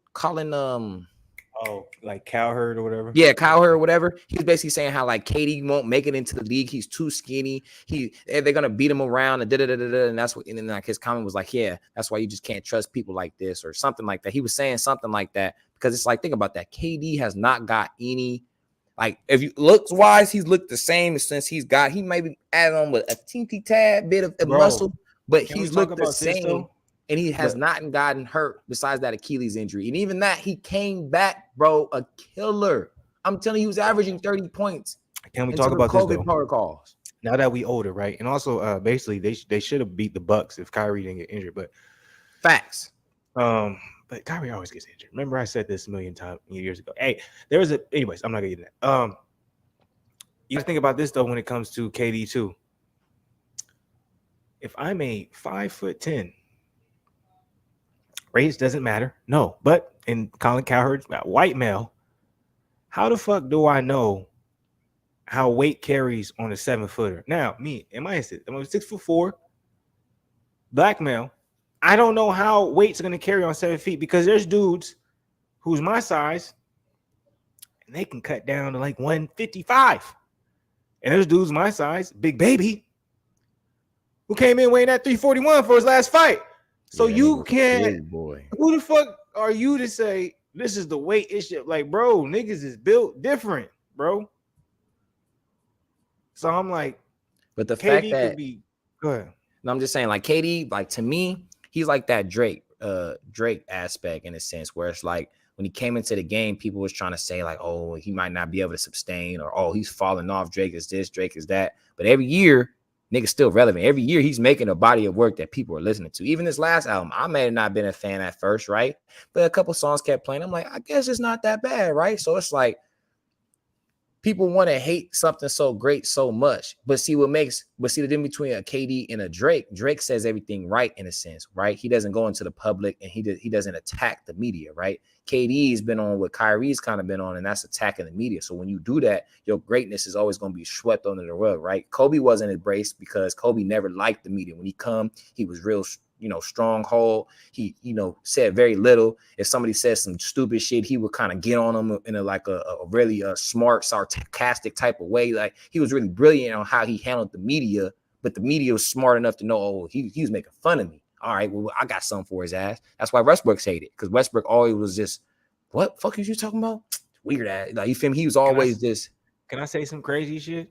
Mm-hmm. I mean, it might not even be crazy. I guess in my mind, maybe I'm just saying it's crazy, whatever the case may be. But what if KD, James Harden, and Russell Westbrook, they're all two alike? And KD was the one nigga who was, I seen this. Because remember, KD's the same nigga, you know what I'm saying? I want to say grew up, but they had a lot of hooping experience with Michael Beasley. Beasley's currently in the Big Three. Killing. He killed the first game. In the second game, he looked like Beasley out there. It once again shows where it's like, dog, it's like, we want to support you, but bro, it's like, you can't be out there being too cool for school, my nigga. Like, you're too old for that. Like, bro, if you signed up to something, every game, give it your all, because you got smoked and you got worked by Jason Richardson. Oh, Jay Rich was going crazy, boy. He was dunking absolutely wild, bro. I thought he was looking young. I'm like, he booming it, like, because people forget Jay Rich had stupid bounce back in the day. People forget that everyone was. It's crazy how this day and age is, though. It's wild. That's why the verses was wild, but it's like, that's why it is really crazy, and I really appreciate how shit is going, man. Because I'm just thinking about, think about when we in our 30s, right? The people who's gonna be in the Big Three. The Big Three is gonna be popping in like 5 years, bro. Because niggas are not gonna want to stop hooping the same way we see this versus shit going crazy. So I'm like, my bad, y'all. I'm going wild over on my side and moving my mic. I can't hear myself, but I'm like, even with that being the case, I'm like, Jay Rich, how old is Jay Rich? Jay Rich is like 36. No. 37. No. Jay Rich is like 47, bro. No way he's in his sport. He's not in his late 40s, man. He's Chill, like bro. 40, He played bro. Jason Rich played in 2006, 2007. You crazy. Bro, he's 40, bro. He's 41. He's 37. Huh? 41. I knew he was older, bro, because he played on the same team as Zebo at Michigan State. Time be moving. So that makes me just appreciate that nigga even more. That nigga was going, bro. Crazy. So I'm like, bro, Beasley, you talking about you deserve to play in the NBA, but Jay Rich, and it's like, that's not taking anything, because I'm like, Jay Rich was, nigga, he was an all-star. Jay Rich was putting up 20 a night, easy, nigga. If he didn't do what he did, to Steve Nash, man, his career could have went further, man. Yeah, we don't got to talk about that. Steve Nash got a lot of gifts where he ruined a lot of other players' careers because people thought he should. Anyways, Steve Nash is one of those guys I definitely look back at, and I'm like, man, his career was definitely overrated. Yeah, he was a very, very good player, but he was put in a position where it definitely hindered a lot of talents. It's just crazy to me because I feel like nobody ever talks about how great his teams was. Like, Sean Marion wasn't a beast. Amari Stoudemire wasn't a beast. Quentin Richardson wasn't a beast. Joe Johnson wasn't a beast. Leonardo Barbosa wasn't a beast. Boris Diaw wasn't a beast. Tim Thomas wasn't a beast. Like, bro, he had squads. No one would talk about Steve Nash if it wasn't for that fucking stupid ass MVP. Back to back. Bro, think about it, bro. He got it over Shaq, and Shaq averaged 22 and 10, bro. And they had the best. Was Steve Nash better than Steve Francis to you? He's a better passer, but player, no. So if you inserted Steve Francis for Steve Nash for that Phoenix team, you think they would have did worse? They probably wouldn't have had as great, like a 60-win record or nothing like that, but they'd have made the playoffs and made noise for sure. That's my thing. I think they may not have had the best regular season record, but I think they would have went farther in the playoffs. But it all just depends on how Mike D'Antoni wants to coach, right? Because Mike D'Antoni has a key on how he likes his certain players, right? Like he likes guys that's not like because Steve Francis was a straight nigga. Like James Harden, like he can act like a nigga, but he not like a nigga. You know what I mean? Like Steve Francis was really from the slums, nigga, like the mud, nigga, like.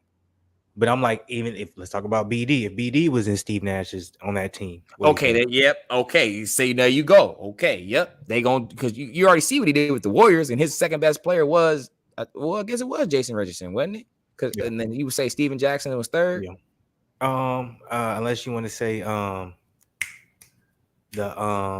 he wasn't white. I think he was you talking about Beardrinch, the big man? Yeah. Beardrinch, that was his name. Number 15. He didn't score crazy, but he was one of the biggest factors on that team. No, he was the backbone. It's crazy because after those 2 years, he was trash. I know, but it kind of goes now. You can say the same thing about Bogut after he had that run with the Warriors. I'm not saying Bogut wasn't good before. I mean, when he went to the Warriors, he kind of revived his career. You know what's really crazy to me though? Because I'm like, I give Steven Jackson a little bit of credit just because I'm like, I do remember you, bro. You was really you had a couple good years. I'm like, look, we can boost a lot of play. Like niggas will boot. Like it's just he wasn't nice to the level where it's like how he talks. He makes it seem like he was that guy. I'm like, you were definitely nice. I'm like, you in the same range. I'm like, bro, you weren't better than Rashard Lewis, but you talk like you're better than him. No, so that's the problem. No, with him. He wasn't even better than Mike Miller, nigga, in his prime, or Michael Redd. Oh, he was nowhere near Michael Redd. He couldn't touch him. I thought he's better than Mike Miller in his prime. But not Michael Redd. He don't touch Michael Redd. Michael Redd better than Rashard Lewis. Maybe I was a little stressed with the Mike Miller comment. I'm like, Steven Jackson. There were dudes that was better than him. Jamal Mashburn was better than him. Corey Maggette was better than him. Yes. Darius Miles, Caron Butler, Jamal Crawford, Josh Howard. Like he was more in a like he was in a weird spot where it was like you was solid like. He could shoot, it's though. Weird. He could shoot that joint. But he would average like 14, 15. It's not like he was weak. Because it's not like he had weak numbers or nothing like that. It's just I'm trying to think about the spot I would put him in, and it's like because he wasn't like a Jim Jackson. Nah, Jim Jackson better than him. Because he had a 20-point season. But so did Steven Jackson, though. He had 20. But I'm thinking about Allen. Yeah, I'm thinking about Allen Houston. No, he wasn't better than Allen Houston, though. Allen Houston was crazy, nigga. I don't know. Houston was way better. No, Houston was, that's crazy. I would say maybe like Jim Jackson, maybe. But I'm saying, okay, I say this. I can say this. Steven Jackson was better. He was in that like realm with like I'm trying to think of shooting guards back then, bro. Like a Aaron McGee, but better than Aaron McGee type shit. You feel me? Like Aaron McGee was good for the role. Well, you said who? Steven Jackson? Yeah, like he was like on that somewhere. It was like that's a little disrespectful towards Steven. Aaron McGee. I'm talking about as far as just like for what the teams in his roles. Like when he was on the Spurs, he wasn't no main focal point. Like Manu Ginobili was better than him, and he didn't even start. That's what I'm saying. So I'm saying that's just because that's how the Spurs wanted it, though. They could have easily started. He was on Indiana. He wasn't better than Danny Granger or nothing like that. Real quick, beautiful point. I'm gonna help you, but real quick, R West, that is a good correction. Michael Redd might have been too hurt to be better because I did say Michael Redd was better than Rashard Lewis, but Rashard was probably. I don't know, man. Because I seen Michael Redd, man. He was. No, I know. Cold. To me, as a talent, Michael Redd's better than Rashard Lewis. Close. But Michael Redd was on the USA team. If we're looking at a career, then yeah, Michael Redd was. Michael Redd was on the USA team in 08. Go Google. Crazy, bro. Rashard Lewis was never on the USA team. That nigga Michael Redd, I remember that nigga was crazy, bro. Because to me, Rashard Lewis is not better than Lamar Odom. Y'all call me crazy. I seen LO. LO was right. different. No, you're right. You're right. But if we're talking about like a career and numbers, then Rashard Lewis is better than Michael Redd and Lamar Odom. But you got to remember though, Lamar. But as a talent, I agree with you. Actually, to be honest with you, as a talent, like this eye test is like, yeah, like Michael Redd definitely better than Rashard Lewis, and Lamar Odom's definitely better. But like just because Lewis, you know what I'm saying, he wasn't injured. Steven Jackson gets more a little bit more leeway to speak, but when Matt Barnes gets to talking, I'm like, look, my nigga, you really had one good year at that Warriors, my nigga. Yeah, Matt Barnes was never shit, man. But how he speaks, bro, he be speaking like he was on some like Bruce Bowen. Like, he wasn't even Tony Allen, nigga. Bro, he wasn't better than Bruce Bowen. And Bruce Bowen was crazy. It's just because he feel crazy because he had, you know what I'm saying, he went from Orlando to the Lakers and nigga, so he feels went to the Clippers, the Lobster. Then he got that ring with the Warriors. I forgot about that. Oh, yeah, so I get it. You gotta let him talk his shit, even though Matt Barnes, you one of them dudes is like definitely is like, but usually those are the guys who really have the most insight on the game, though. Yeah, because they really had the most time to really take it in, really pay attention to what's going on. Oh shit! Hold on, my food just hold on. I gotta use it back. Hold on, I'll be right back. All right, but yeah, man. See, R West, no man. Allen Houston was crazy, boy. That boy had a clip. You wouldn't leave Allen Houston open, boy. That boy used to cash joints, boy. People don't even know about Allen Houston, man. That's a forgotten name for sure. You go, ask any of these young bucks, like, bro, you know who Allen Houston is? They're gonna be like, who was that? Like, I'm telling you, dude, he had game, man. He had game. Catino Mobley had game. You know what I'm telling you? That boy had a clip left hand joint. Him and Steve Francis could have been something if they'd have got Yao Ming earlier. I just didn't feel like they didn't give that enough time to me. I think they got rid of Steve Francis too fast. Didn't let that really develop over there. And that's in my opinion, you know what I'm saying? Because I'm like, let's be real, man. Did the Houston Rockets even have a chance with Kobe and Shaq and the Sacramento Kings and the Spurs over? Like, bro, Houston was not beating those teams, bro. You know what I mean? Like, y'all best bet was to just let that ride, let the chemistry build. And then when that 04, 05, when Shaq left, and then, you feel me, it was kind of just the Spurs because the Kings low-key was starting to dismantle themselves. Like, you had a better chance. But yeah, man. What's good, Estrada, man? I haven't seen my boy Estrada in a minute. What's good with you, dog? Hope all is well. Shout out to you hopping up in this joint. My bad, y'all. No, you good, man. But yeah, man, I was just telling them people, you know what I'm saying? A lot of these dudes, man, they lost. You feel me? Like, nobody knows about Jamal Mashburn and Allen Houston and Latrell Sprewell. No one talks about Allen Houston or Latrell, bro. Or Latrell Sprewell, man. Yeah, or Michael Redd. I'm like, I know he's talking about. I'm like, no one talks about Michael Redd. No one cares about Michael Redd at all. You know who was nice though, and I know a lot of people probably didn't like him, but he was nice though, bro. Sam Cassell was nice. I remember Sammy Sam, man. Sam Cassell could hoop. Yeah. Nick Van Axel was nice. And Stephon Marbury. I feel like Marbury really don't get no flowers. I remember him on NBA. You want to know why though? Why? When that nigga ate that Vaseline, niggas was like, I don't know what's going on. He had a lot of people, and that's when the internet wasn't popping. He had shit going viral. This nigga Stephon was just in the camera, and he just said, "Nigga, oh." Niggas was like, "What's going on, bro?" I still don't know what happened with that nigga. Dude. I just remember when you got to be an old nigga for that. NBA ballers, and then he got that 3 on his head, man. Stephon Marbury was cold. Nah, y'all don't know. Like for us, for some of our legends, man, we've seen some shit. Like, I'm like, they really tried to dog out Stephon. They really tried to dog out Steve franchise. Like, you know what I'm saying? Even Coutinho, like, I'm happy Coutinho really I'm like, man, because y'all don't understand how long Coutinho had the great hair. And niggas tried to, you know what I'm saying, tried to play that man. I'm happy he really. I told him, I was like, Coutinho, Mobley, and Francis, they didn't give that enough time, man. I feel like I was telling him, like, did they have a chance? Yeah. But did they have a chance against the Lakers with Shaq and Kobe, the Spurs with Duncan and Robinson, and then the Kings with Vlade Divac, Chris Webber, and Mike Bibby, and Bobby Jackson, and Hedo Turkoglu? Like, bro, they didn't have, and Peja Stojakovic, they didn't have a chance. Think about this too. Back then, it was all about twos, and people want to act like super teams weren't real. Nigga, super teams were real back then as well. Super teams was real in the 90s as well. So I'm like, it just all depends on how many people you depended on a super. Like in our time, it was 2 people. You had to have Kobe and Shaq, Tim Duncan, David Robinson. Depends on how you want to look at it, because you had Tim Duncan, David Robinson, but then you also had Tim Duncan, Tony Parker, Manu Ginobili. But that's why they kind of dominated for a long period of time. They had also had the super team, bro. So that's why everyone went crazy with the Detroit Pistons, because no one considered none of them to be super or all-star. And to this day, you still kind of don't. You know what I'm saying? Like Rashard Hamilton, Rasheed Wallace, that was their best talent.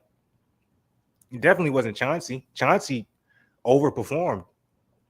There was nothing special. Crazy. Chauncey, a lot of people seen Chauncey in his later years, and they saw how well he was able to shoot the 3. Chauncey couldn't shoot like that when he was with the Pistons. He had a good pull-up.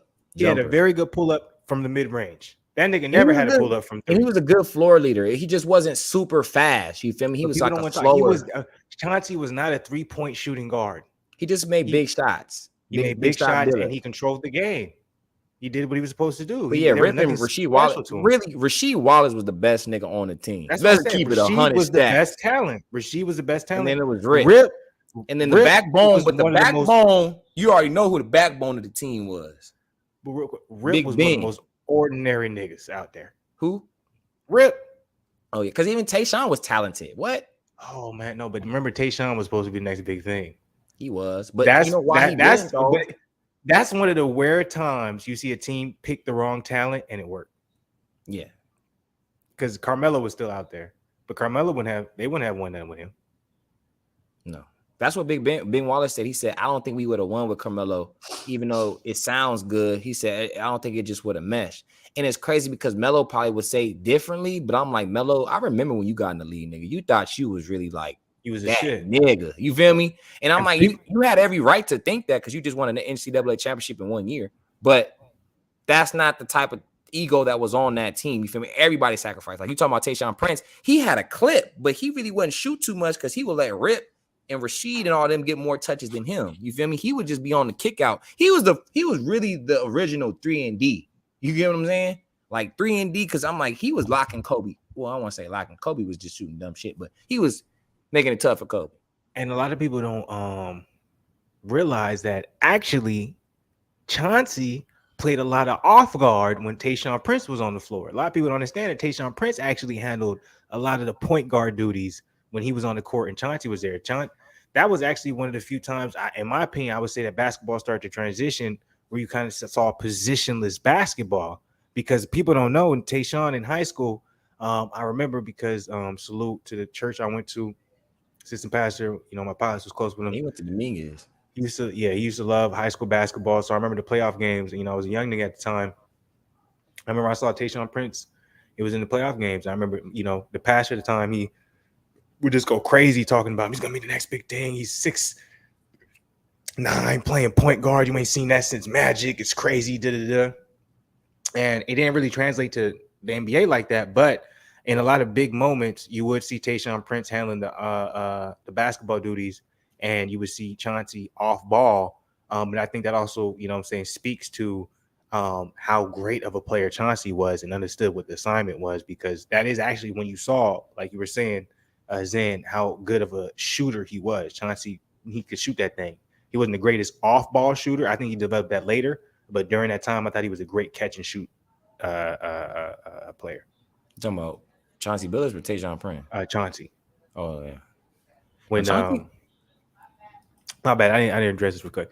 Which I thought we're gonna talk. We'll talk about that a little bit later. We'll change those subjects. We'll get it. We'll go ahead. I know you good. Zyrtec. What's that? What's a Zyrtec? I guess it's something for your allergies. Oh yeah, it is. I usually have what's that joint called? I usually have something else for my allergies, but I haven't dealt with my allergies in so long. I haven't had it on deck, so it came out of nowhere. He never. I always remember that video, bro. That nigga. Yeah, that was crazy. I do remember that. He ate a lot of it too. He wasn't like a little scoop of it. Hey, salute, man. 2000 was crazy. The world wasn't right to Starberry or franchise. Neither one of them, man. They wasn't right to neither one. They wasn't right to Latrell Sprewell, man. They wasn't right to Nick Van Axel. They wasn't right to Eddie Jones. Niggas don't remember Eddie Jones. Damn, that's crazy. Eddie Jones, you know what I'm saying? Tim Hardaway Jr. They wasn't right to a lot of the guards back then because everything was so taboo in the sense where guards had, you know what I'm saying? AI was a dude who came in and he said, hey man, all this shit's cool, man. And everyone gonna rock with you. You feel me? Before that, you know what I'm saying? That shit was just taboo. Like, we didn't want to see that. You feel me? Unless you was, you know what I'm saying, that main attraction. So that's just show you how much Iverson was really a dog, though, because he had way more hate than all of them and still prevailed. Yep. Super teams are real. Yeah, that's why you see the Lakers and you see a lot of those. That's why people want to talk about super teams, but you see a lot of those 80s teams that really won championships and were successful. Nigga, they got like 3-4 players going into the Hall of Fame that was on the team. So I'm like, how are they not super teams? But you got all these Hall of Famers. That's a crazy statement, Ebony Sweet. You always had the craziest statements. I watched Allen Iverson when I was a kid. I thought he was overhyped. As a kid, I was not the biggest Allen Iverson fan. I appreciate him as I got older, but but that's because I was a Shaq fan, and I always felt like AI always made Shaq. I always thought AI went crazy on Shaq. He did. He make some tough ass lives. I'm like, how the hell are you finishing that shit on that nigga? Made him look crazy, bro. Our West, salute people. Ryan Iverson. We getting through these things right here. We behind, so I'm not really sure what y'all referencing, so my bad. Our West, Tayshaun was cold. He was just a quiet dude. Facts. And he was just in the right situation. He never had to go crazy. He never had to really put himself in a position where he had to be like, yo, I'm that dude. It was like, it just kind of showed from, the success they had. Even though, what I'm saying, he only had one chip. It's like, that's one more than Carmelo. So what's even crazier? I was talking to my my homie. We was hooping. I mean, we was coming back from hoops, and I was like, who don't get their flowers, man? That nigga Rudy Gay, man. That nigga was nice.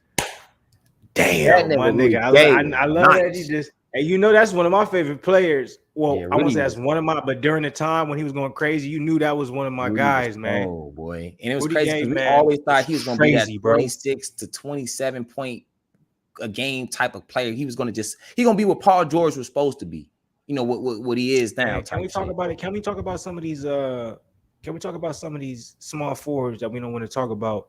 Paul George, I definitely respect Paul George. Now that I'm getting older, I used to talk a lot of shit about him, but Paul George, you cold, bro. But even before you, what I'm saying, we had guys like Danny Granger. Granger was definitely much better than you. Like, no disrespect to you, Job. You know what I'm saying, dog? But much better. Even though I'm saying, you from Lancaster, so I respect that. You feel me? You know what I'm saying? It's not too far. So, you gotta salute that. But still, Danny Granger is that nigga. And then before him, like my guy was saying, I just had a blank. Who the fuck you just say? Rudy Gay. Rudy Gay. Damn. Before him, Rudy Gay. Because I'm like, Rudy Gay definitely was better than both. All right, I'm lying. Granger's better than both of them, but Rudy Gay was definitely better than Paul George, in my opinion. Granger was the best small forward to me since probably T-Mac. T-Mac's a small forward if you want to count him there. Danny Granger, bro. Danny Granger was so nice, man. If y'all ain't seen better Danny than Paul Granger, Pierce, nigga? Yeah. Oh, you're crazy. I am, but fuck it. I'm gonna say I'm like Paul Pierce, man. It's crazy because me and Fluence couldn't stand that nigga, boy. We didn't like that nigga no matter what. I hated Paul Pierce to the core of my life. But that, and as we should, because we West Coast niggas, you know what I'm saying? But I couldn't stop. Like, this nigga's so slow. Why y'all keep letting him get to the edge of the free throw line and shoot that goddamn shot? Pull up, and he still always make it. I'm like, God, hell, man. It was crazy. Who just said that? Oh, I have to address that comment. Ebony Sweet said Luke was overrated. I don't think Luke was overrated. I think he's as good as people say. I just think that they're just pushing him too fast. That's all I'm saying. I think it's too easy for him. Because I remember when Kobe and Bron and all them niggas was around his age, niggas wasn't getting that much praise, nigga. You know what I mean? That's all I'm saying, man. Nigga, even Shaq, man. Shaq was having crazy numbers. And they was calling him. No, you're right. They were still talking about basically the ones who was running the league. They definitely didn't get no love. But that's been for. But you got to think about it. I feel like the tide has turned a little bit into the new era where it's like it's kind of the same thing. I know this sounds weird, but it's the same thing with hip hop where it's like they're not going to address the older talent anymore. I think shit is starting to shift in like basketball where it's like even though they're not as good as the older talent or they're not as good as what we remember, they're going to, as quickly as they can start hyping it up, they're going to start hyping it up. Like they're not going to wait because they know like the sooner we can get this money running, like let's get it going. Like we're going to start making it. Like what's the point of us still hyping up, especially now with the power that's in the players and a lot of the power that's in a lot of these players, we don't know whether or not they finna, you know what I'm saying, really, play or whatever the case may be. It's like, yo, let's start hyping up these young guns who want to hoop, who's going to sponsor, who's going to act the way we want them to act, all this type of extra shit. Like, it's kind of like just a money type thing. It just shifting the narrative. Like, that's how I kind of be seeing it. Definitely not the only Rudy fan, R. West. I'm not a PG fan. Only Indy PG was good to me. That's crazy, bro. Oklahoma State PG was an MVP type shit, bro. He was going crazy in OKC. The Clippers PG was crazy, bro. Like you seen when Kawhi was injured.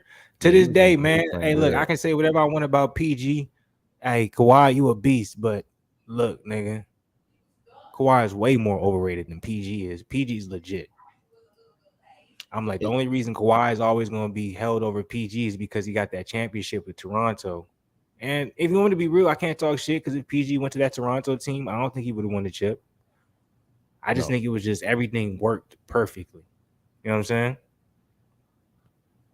But we already know if KD don't get hurt, they don't lose. But anyway, talk about that. Look, bro, I never was against Westbrook. I think Westbrook and all that can work. It's all on AD. I think that's what y'all keep forgetting. Like, this is AD's team. Y'all acting like this is Westbrook and LeBron's team. These niggas is 34, 39, 8 years old. Like, these niggas is older. Like, Davis is 28 years old, and he is the most fragile out of both them niggas. How is that possible? Isn't it crazy? Like, I'm seeing videos on YouTube and stuff of like LeBron working out with Paul George and all these different type of shits.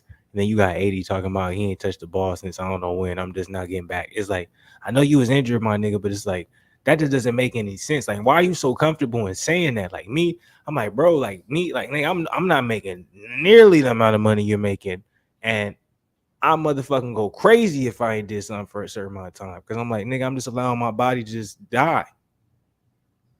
So I'm like, I don't mind the rest, but like KG made a good point because he was just like, who is working with this nigga in the summer? Like I used to go hard, nigga. Like I used to go so hard, nigga. I'd be tired. Like I'd be feeling like, God damn, I'm tired. Like, that's my point though, but I think that's fuck shit because I'm like, this nigga Ron, 37 years old. He don't got to work with nobody. You think niggas is hitting him up like, yo, let's go work together? It's like, nah, this nigga probably like literally going and like, hey, yo, roll with me. Like, this is what we finna do. Niggas probably know better than to hit him. He's like, I'll hit you. So I'm like, if that's the bless you. If that's the case, I'm like, and I don't even know if that's the case, but I'm just like, there's no way you can be a 28-year-old young dog making millions. You out here just, yeah, going through the motion. Yeah. And if you are, that's fine. But I'm just saying. But that's why I'm saying I don't know what to expect, like Lakers fans. Nobody can ever knock that Westbrook do not work hard. Everybody knows that man works hard. His body is in tip-top shape every year. I've seen this man go to three overtimes and go boom some in traffic. If anybody's ever played this game of basketball and you've gone to multiple overtimes, nigga, I don't know if you even have legs to even get up and dunk some shit like that with some ferocity, though. It wasn't like it was just a little. I'm talking about some still yelling at the top of his lungs. Like, this nigga's really built differently. You feel me? But can I address this comment right here with Ebony and Sweet? Westbrook will make a comeback. Look, I'm gonna be 100 with you. I want to believe that too. For some reason, I want to believe in my heart that we finna see the Westbrook that we seen 3-4 shit even 2 years ago, nigga, in Washington and Houston, and like we're really only a year removed or a year and a half, closing it, about a year and a half removed from seeing a really good Westbrook. Like Westbrook before he went to Lakers, he was great with Washington. So I really want to believe it was a system. I also want to believe too. As much as I would criticize Westbrook, I feel like a lot of people didn't criticize Malik Monk as much as they should have. I thought Malik Monk did a lot of bad plays, just like Westbrook. Tylen Horton. And then Horton, that nigga was terrible. But he looked like he shouldn't even been in the NBA. But Westbrook was an easy escape. But I also want to say, like, I feel like a lot of it came down to, it almost seemed as if everyone was shocked that Anthony Davis played the amount of games he played. Because it was almost as if like everyone played in a way, other than maybe LeBron, where it was like, what the fuck we finna do in the playoffs if AD ain't healthy? You know what I'm saying? And even I feel like LeBron played that way in instances, but he was more so, he disguised it by trying to make sure he continued to work toward his efforts. But I feel like everyone was on the same consistency where it was like, nigga, if AD ain't healthy, what type of noise we gonna make? It don't matter what we do in the regular season. Like, bruh, we gonna lose in the playoffs without AD. Like, yeah, cool. We can go on a run, win the first round, go to say, you know what I'm saying? But I feel like that was kind of, but that was my personal opinion. I always said Luka is the Loma. That's funny.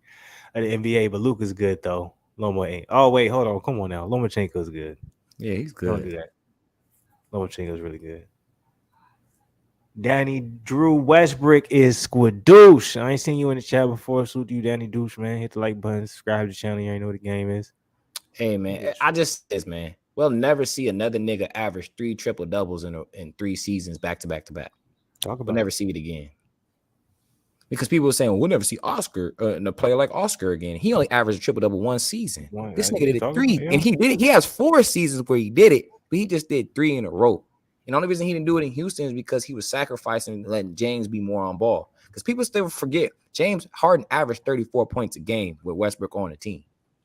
You know I love James, but at the end of the day, I'm I don't know. I'm gonna save my criticism for James until maybe like all James has to do is come to Memphis for about a month with you, bro, and he'll be back in no time in good shape. That's all he has to do. He needs to see. He needs somebody that's not gonna treat him like he's a star. He need to go work with Jimmy Butler. Yes, but he ain't finna do that's that. Exactly no, because Jimmy Butler's gonna get to saying some shit that he not gonna like. Oh wait, hold up, we gotta talk about this. So I know you've seen this bullshit ass news, right? Yes, he's not better than Reggie Jackson right now. Come on now. That's why this is my nigga, man. I'm like, why are people making this a big deal that John Wall? This is not the John Wall with the Clippers. Who gives 2016, 17, bro? He's gonna do exactly what Eric Bledsoe did over there when he was over there, bro. I'm like, you really think this nigga just finna come off the?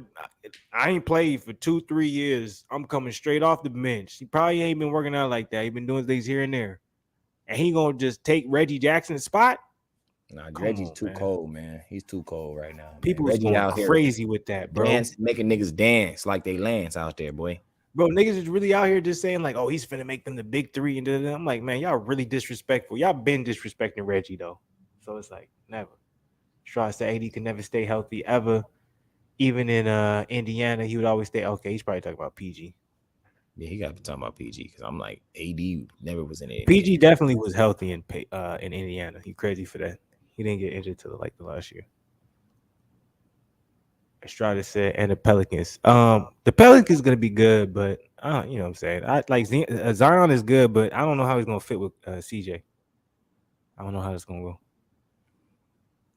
The biggest thing the Pelicans did wrong was get rid of Lonzo. They should have kept Lonzo to keep that team in its you know what I mean? Because I'm like, I just don't think that who's the point guard over there? Is it Devontae Graham? I think Graham's good, but I just feel like I know Graham's over there, but I don't know who they got playing point guard because I know they got Hart, Graham. I don't know who they got playing point guard. It's either one of them. They might have CJ playing point guard. I don't know. I'm just saying they needed to keep Lonzo, in my opinion, because Lonzo was that person that was unselfish. You know what I mean? Like he wasn't looking to you know what I'm saying, to really score at all times. You know what I mean? Yeah, they got CJ at the 1. Okay, yeah. And then what? Josh Hart at the 2, and then BI at the 3. At the 2, and then they got who's the at 3? Shit, Josh Hart. Now I say Tony Snell, nigga. What? Josh Hart left, bro. He's on Portland now. Oh, they traded him for. Was Tony Snell always starting at 3? Nah, bro. I don't remember that, nigga. I'm like, who? He was on Portland, so they traded Josh Hart then for that nigga then, because Tony was on Portland earlier in the year. I know, but I'm like, when they were playing in the playoffs, was Tony Snell starting at 3? Nah, I think they had BI. They had CJ at 2. They had a point guard. I thought it was like Alvarado. No, they have Graham. I think Devontae Graham was playing. No, he wasn't really playing like that neither. I don't know, nigga. Okay. All right. Well, hey, y'all. Sometimes we get shit wrong. We're not sure who. I don't know, man. All I know is the Suns almost smoked that series. That's what I do know. Yeah. But the CJ was going crazy. But think about it. If Zion's there, they'll probably have CJ at the 1, BI at the 2. What would you say? Because they're gonna have Jonas Valanciunas at the 5, 4 probably Jackson Hayes, and then at the 3, probably Zion. Yeah, and then 2 BI, 1 CJ. That's fire. That's a good ass lineup. That's big, strong, and athletic. That's fire. I want to be mad at that. Oh well, they just need to pick up somebody in free agency, and they'll be good. They just need like another kind of like little, kind of a wing that can kind of play some defense, but probably get a little extra bucket. If they had like Miles Bridges over there, they'd be solid. Well, free agency's finna go crazy this year. Yeah. So we're gonna see what's finna happen. Daddy Drew said Father Time creeps up and always wins. Father Time beats everybody, even motherfuckers not in sports. You know what I'm saying? Father Times never lose. That's a fact. So salute to you, Danny Drew, on that. Strada said, what's your thoughts on the perfect beat? It's gonna be Perkins beef with Green. Nah, I saw a show. Ain't shit real with that. You saw it though? Yeah, I saw it, man. I saw the whole video. Perk, bro, I'm not gonna let you call me no coon, cause I ain't having it. I was like, Perk. I see that beef the same way I seen the Kwame Brown Gilbert beef. Both them niggas is building up their online presence. Bro, I They're swear, building up bro, because I swear, profile. It's the same shit. Like, to me, it was like every time I seen them have they like little debates, it was like, Kwame, you're being what you say you don't like Gilbert being, right? I'm like, you're being the exact. Yeah. All we missing, Zen, we need a beef with another channel. We need to start a beef with another boxing channel, and we gonna just blow the fuck up. Shit, whenever you ready, we too ready cool for the over here, nigga. We be too just talking to each other, nigga. We need to start calling out these other channels, nigga. We start going crazy, nigga. All the smoke. Our shoot game on 100. They might not want to mess with us too much, boy. We go back, boy. You couldn't be around our group and you couldn't have no shoots. So fact. Sports are a young man's games. Get it while you can get it. To an extent, you feel me? I'm like, they a young man's game when he's talking about thriving and really being able to make the most of your opportunity. But when it talking about, team sports or something that requires experience and IQ, being in there and understanding the game, definitely not a young man's sport. Spence, he's currently 32. Terence, or 31. Terence Crawford, 33. Canelo's 31. Triple G's 40. Tyson Fury's 32. If we're not talking about boxing, we'll talk about basketball. Stephen Curry, he's 33. Draymond, I think he's 32. I think Steph's 34, bro. Okay. And then Draymond's 32, something like that. Clay, I think he's 31. He's 37. So, to an extent, I'm like, yeah, it's a young man's game when you really want to be able to exert yourself to your fullest. But it does show as you get older, experience, if you can use it the right way, it does work in your favor and take care of your body. Yeah, you take care of your body, man. Like, you see Brian, there's not too many athletes still walking this earth. I don't give a damn if it's Ja Morant that his body's better than Brian. Talk about it. So Zion's body's not better than Brian, and he's 21 years old. Or 20 years old. Yeah, Zion has a lot of things you got to figure out, but consistency and hard work pays off, and then having knowledge behind it also pays off. So it's like, yeah, it is a young man's game. It'll always be a young man's game. But when it comes to making the most of the opportunity you have at hand, there's always going to be an advantage to when you have a little experience behind you, because you understand that moment's not always going to be there. It's very rare you see a young motherfucker be like, I got to see. That's why I say to this day that John Jones is one of the greatest ever, and you can't ever take that away, because he was so young when he did what he did. Like, that nigga was 24 years old going crazy. 22 when he won the shit. I mean, the belt. So that's crazy. He's only 33 years old, and people. I know, that's like crazy, bro. Like, he's done. I remember when I was a young nigga and we was talking like, and MMA was taboo at the time. So it's crazy. It's just crazy, bro. Because I'm like, you really see like I swear, John just do not like. He's still good, but he does not fight with the same aggression. He used to fight. Well, he ain't fighting so long, so I really don't want to see him at heavyweight. I don't want to see my dreams shattered. I'd rather see him just kind of like just retire and just be a coach. But I know he's gonna come back at least one time. He probably wants to see how he's gonna do it at heavyweight. You saw what Dana said. He said the next fight is either gonna be against him and Francis or him and Stipe. It's not gonna be him and Francis, because I think if they haven't signed a deal by now, yeah, it's gonna be Stipe for sure. Francis is probably going to be fighting Tyson, in my opinion. I see that the money being there for that, and then I see Stipe versus John. I wouldn't want Francis going in the ring with there, man. He'll get towed up. But if it's mixed rules, yeah, we'll see. it's not gonna be mixed rules, bro. Well, Francis said, "Hey, the only way he's gonna sign something got to be mixed rules." Well, if this kicks, bro, it's over for that nigga Fury. His shit gonna fold up. You see what the hell he did to Francis Gone? I mean, to Gone, nigga, and Gone is a beast, nigga. I'm just saying. We'll see though, but you're probably right though. I'm like the bigger money. They probably won't allow that. It'll probably be a straight boxing match if it does happen. Come on, bro. But I still don't. I'm with you. I don't have much faith in that. I feel like he probably gonna resign with the, you know what I'm saying, UFC, and we'll see the regular, you know, as scheduled. He's gonna be waiting in the limelight. You know what I'm saying? Waiting to see who ends up winning, John Jones versus Stipe. Danny Drew Westbrook getting $47 million next year. Lakers going broke. So Danny Drew definitely seems like he don't fuck with the Lakers or Westbrook at all. Seems like he got some beef with them a little bit, man. Lakers definitely ain't going broke because they're probably, if they have the chance to, they're going to do a sign and trade with Kyrie, but they probably won't. That probably won't happen. But actually, okay, so we've been on here for a little minute.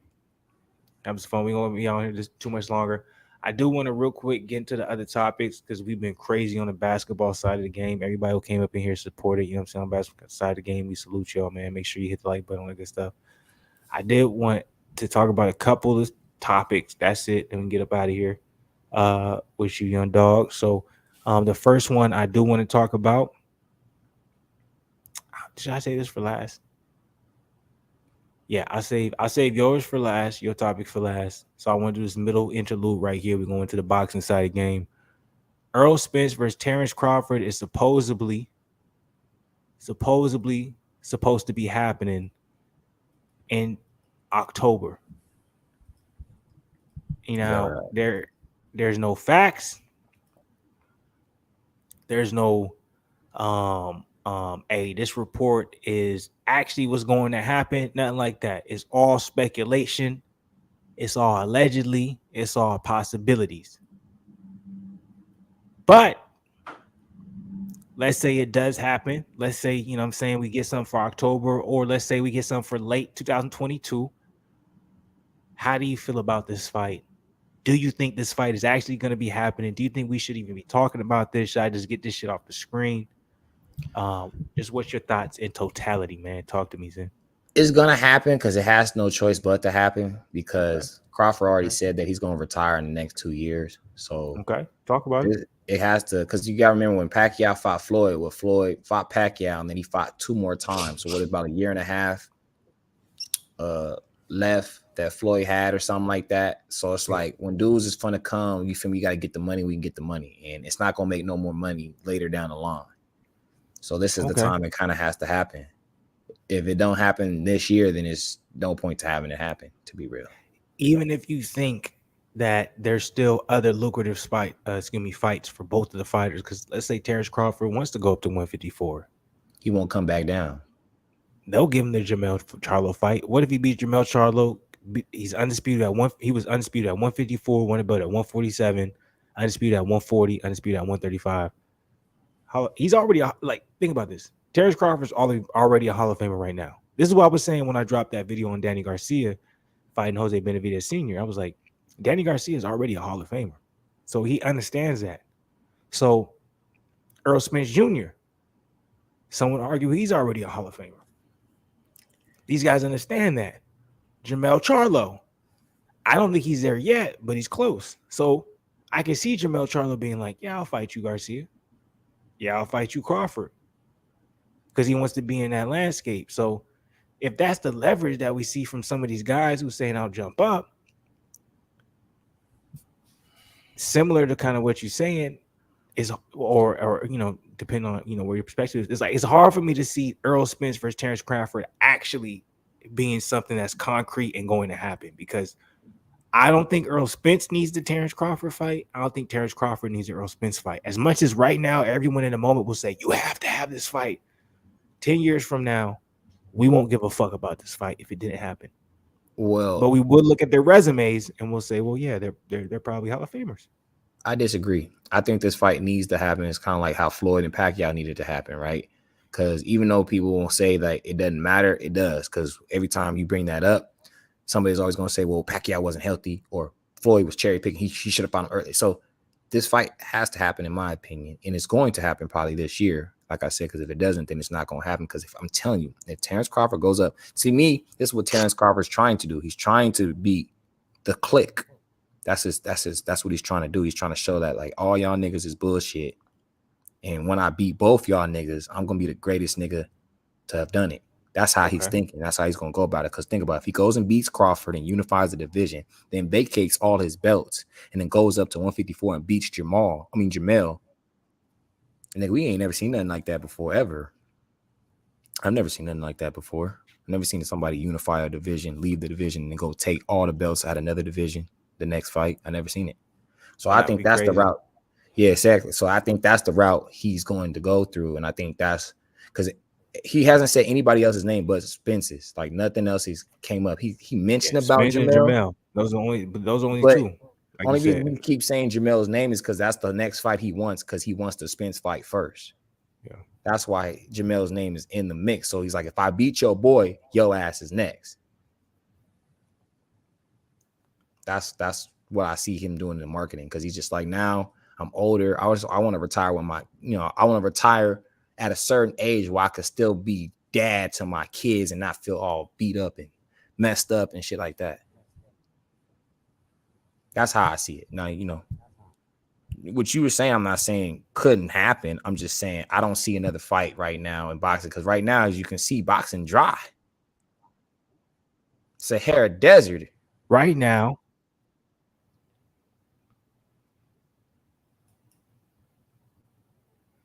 I would say right now it's dry. Yeah. So it's like that fight right there. If that fight was to next week to be set in stone, the box community would be on fire. Look, just like if Fury if Wilder was to come back and he say he gonna fight Fury for that 4th belt, or Fury says that's who he wants for his next fight, fire. Look, I'll give you that. I definitely will give you that. I'm like, I do agree with that. I'm not disputing that, but at the same time, at the end of the day, like when it comes to that particular fight, if it were to happen, if it weren't to happen, I don't think that's the actual narrative of what we need to be speaking about, even though it's something that is definitely something that has to be addressed. But I think it comes down to the fact that Terence Crawford has already made his stamp. He's already made his footprint in the sport. So I feel like for this fight to happen, Errol Spence is going to have to take it. And what I mean by this is I'm not trying to put the responsibility on another fighter, but when it comes to promotional wise, Terence Crawford currently isn't with a major promotion, which means even though he is suing his last promotional company he was with, he's literally open to, as long as the negotiation and the numbers make sense, I can sign with no conflict. So that means anything when it comes to the negotiation table, it has to make sense for Spence and PBC, Showtime, Al Heyman. So with that being the case, I'm not saying it's not going to happen. I definitely see it happening because this is a fight that has to be made. But at the same time, if the fight doesn't take place, I wouldn't be surprised, because I do think both Terence Crawford, Errol Spence can move on, make money, have fights that we'll pay attention to, with this fight not actually happening, because I don't think neither of the fighters are going to be in the game that much longer. That's the key. If both of these fighters were going to be in the game for like another 5 to 7 years, bet. But I think Errol Spence, we have another maybe 2 years. I think Terence Crawford, we have another 2 years. So because of that, I think if this fight doesn't happen, both of them are looking at it as if like, look, nigga, I'm finna be in the Hall of Fame either way it goes. And they are. And because they don't feel like they're like, I'm not like, nigga, I got 2 years in this. I just think the person that Bud is, he wants this fight, nigga. Like you could be correct, but I'm like, the way the nigga Bud's set up, like he's not thinking like Floyd. You know what I mean? He's not thinking like, well, if I don't take this fight, you feel me? But at the end of the day, Floyd fought everybody he was supposed to fight, so you can't say that about Floyd, right? So that's why I'm saying, like, niggas will say Crawford, that he didn't fight him when he should have fought him. Like, there's always going to be that's fine, but I'm saying he still fought everybody he was supposed to fight. There was not nobody he missed that he was supposed to fight. That's all I'm saying. So I'm like, I think Terence Crawford, if he wants to eclipse or he thinks I'm better than Floyd, or he wants to have any types of I'm a GOAT, he's gonna have to beat Terence Crawford. I mean, Errol Spence, in my opinion. Like, he's gonna be a Hall of Famer. Do you want to be a Hall of Famer? Or you want to be a GOAT? Is a difference. There's Hall of Famers in basketball, right? What about the devil's advocate? If Terence Crawford didn't fight or beat Errol Spence, but he fights Jermell Charlo and beats him, takes all his undisputed, and then retires, would you argue that him beating Jermell Charlo would be a bigger accomplishment to his record than beating Errol? No, because you just said that Jermell Charlo is not in the Hall of Fame yet. So that wouldn't really do much. You know, it'd be great that he did it, but it wouldn't be as much as if he was to be. You gotta remember what people gonna think. It's not about us. But don't go off of the opponent being in the Hall of Fame. Think about the accomplishment. So, I mean, it still be great. I'm not knocking it, but I'm like him unify. Either way, he gonna unify. He gonna have with him being basically undisputed at 154, bring either more or just as much notoriety, or at the end of the day, just respect than he would being undisputed at 147. Because someone argue and say, well, no, because his natural weight class is 147, but it's like, no, it's not. He moved up to 147. He was undisputed at 140. He also fought at 135, won a belt. I'm just speaking on me. I want to see him fight Spence. He moved up to 147, won a belt. So if he were to be able to be undisputed at 154, would you say that that's a lesser achievement than him being undisputed at 147? Probably not, because he did already win a belt at 147. It's not like he didn't win a belt at 147. Facts, but I'm just saying, as a person of Crawford, Jermell hasn't talked as much shit about Crawford as much as Spence, right? Spence, I'll beat that ass boy, all that. So I'm saying, Jermell's definitely talk more shit. Nah, nigga, go check out some of the videos I made. They on the same frequency, but I'm saying, you talking about personality. You basically saying like, I don't take the way Jermell has responded as shit talking, because that's how he always is, compared to the fact that Spence is even acknowledging it and saying it. That's actually weighs more. But if you don't know the personalities, you like Jermell going crazy. You feel me? All I'm saying is, if I'm feeling like I want to see that Spence fight, a lot more other people are feeling the way I'm feeling. That's how I kind of see it. So I'm saying that fight is what people want to see. So I'm not trying to say that him fighting Jermell wouldn't be great. I'm just saying, as far as what everybody wants to see, and I feel like what Bud wants, he would want to fight Spence before he goes fights Jermell. But if he can't get the Spence fight, then he'll be like, all right, bet I'll go to Jermell. But I know Spence is on his number one list. Yeah, no, I agree with that. I think Spence is the way to go. Real quick, Danny Drew.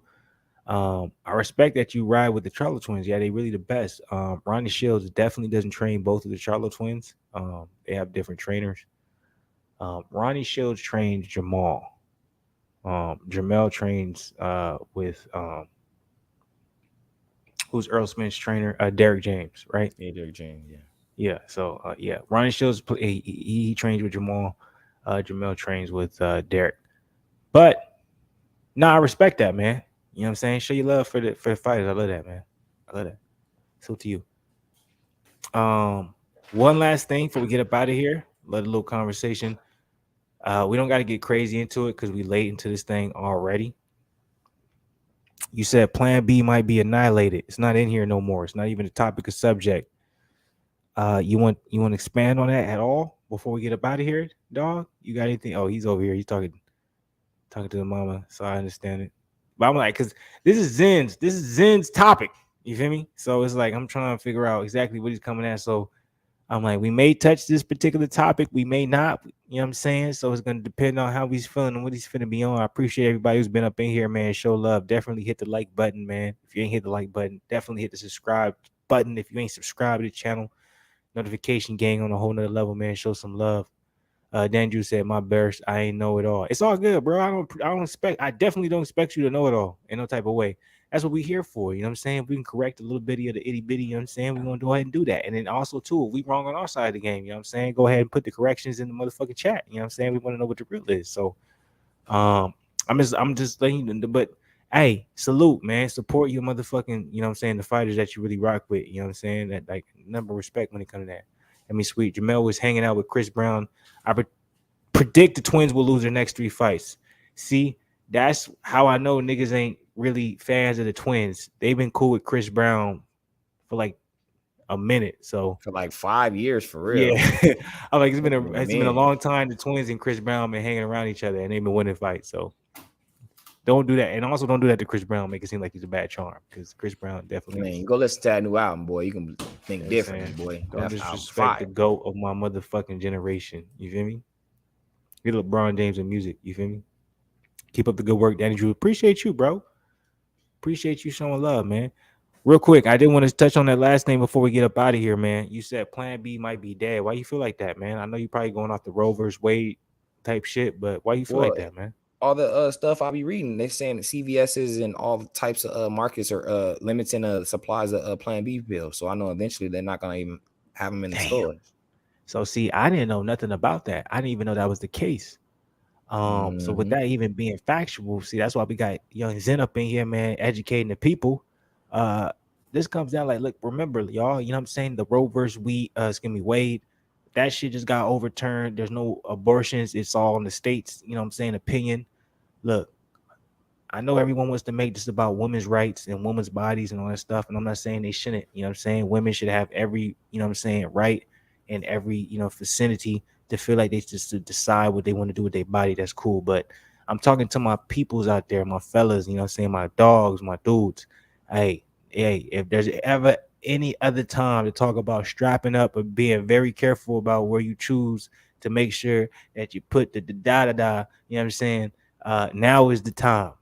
Yeah, be careful, y'all. You better go have a whole box full of them, boy. You feel me? I'm like, don't act like you John Wick and you just shooting everywhere. You know what I'm saying? Be very careful. You know what I'm saying? You know what I'm saying? Be very precise. You feel me? Don't do it if it's not the person you want to do it with, because they putting you in a position where, nigga, when you fuck up, see, before we was able to talk shit about the women. We was able to be like, oh man, we fucked up and she didn't want to get the da-da-da-da. Now I'm in this position. Now you can't even say that, because she gonna be like, it wasn't even my choice. So now they're putting it on the man to make sure y'all don't slip up. So don't slip up. You can't be like, oh, she should have got this and I would have been straight. You can't say that no more. All you can say is, oh, damn. What do we do now? And remember, even if I'm like, they haven't took Plan B totally off the shelves, but remember, Plan B ain't that accurate. You feel me? Plan B is some bullshit, really. Oh man, hey, don't worry about it tonight, man. Don't worry about it, man. Another night just come up in this joint. Danny Drew up in here. Ain't the kids falling pro-life? So Danny Drew up in here, pro-life. I respect that though. I'm not mad at it at all. I'm just warning the young brothers out here. I'm like, look, any of y'all that was making mistakes and you was trying to blame it on anything other than yourself, you can't do it no more. You're going to be held accountable more than ever now. You was held accountable before, but now you're going to be held accountable more than ever. Now you're going to be in a position they're going to be like, hey. They better hope girls be on that birth control. That's their best bet. And birth control, nigga, ain't accurate, nigga. It's high. Wrap it up. That's a fact. But it's not 100% do nothing, though. Nigga.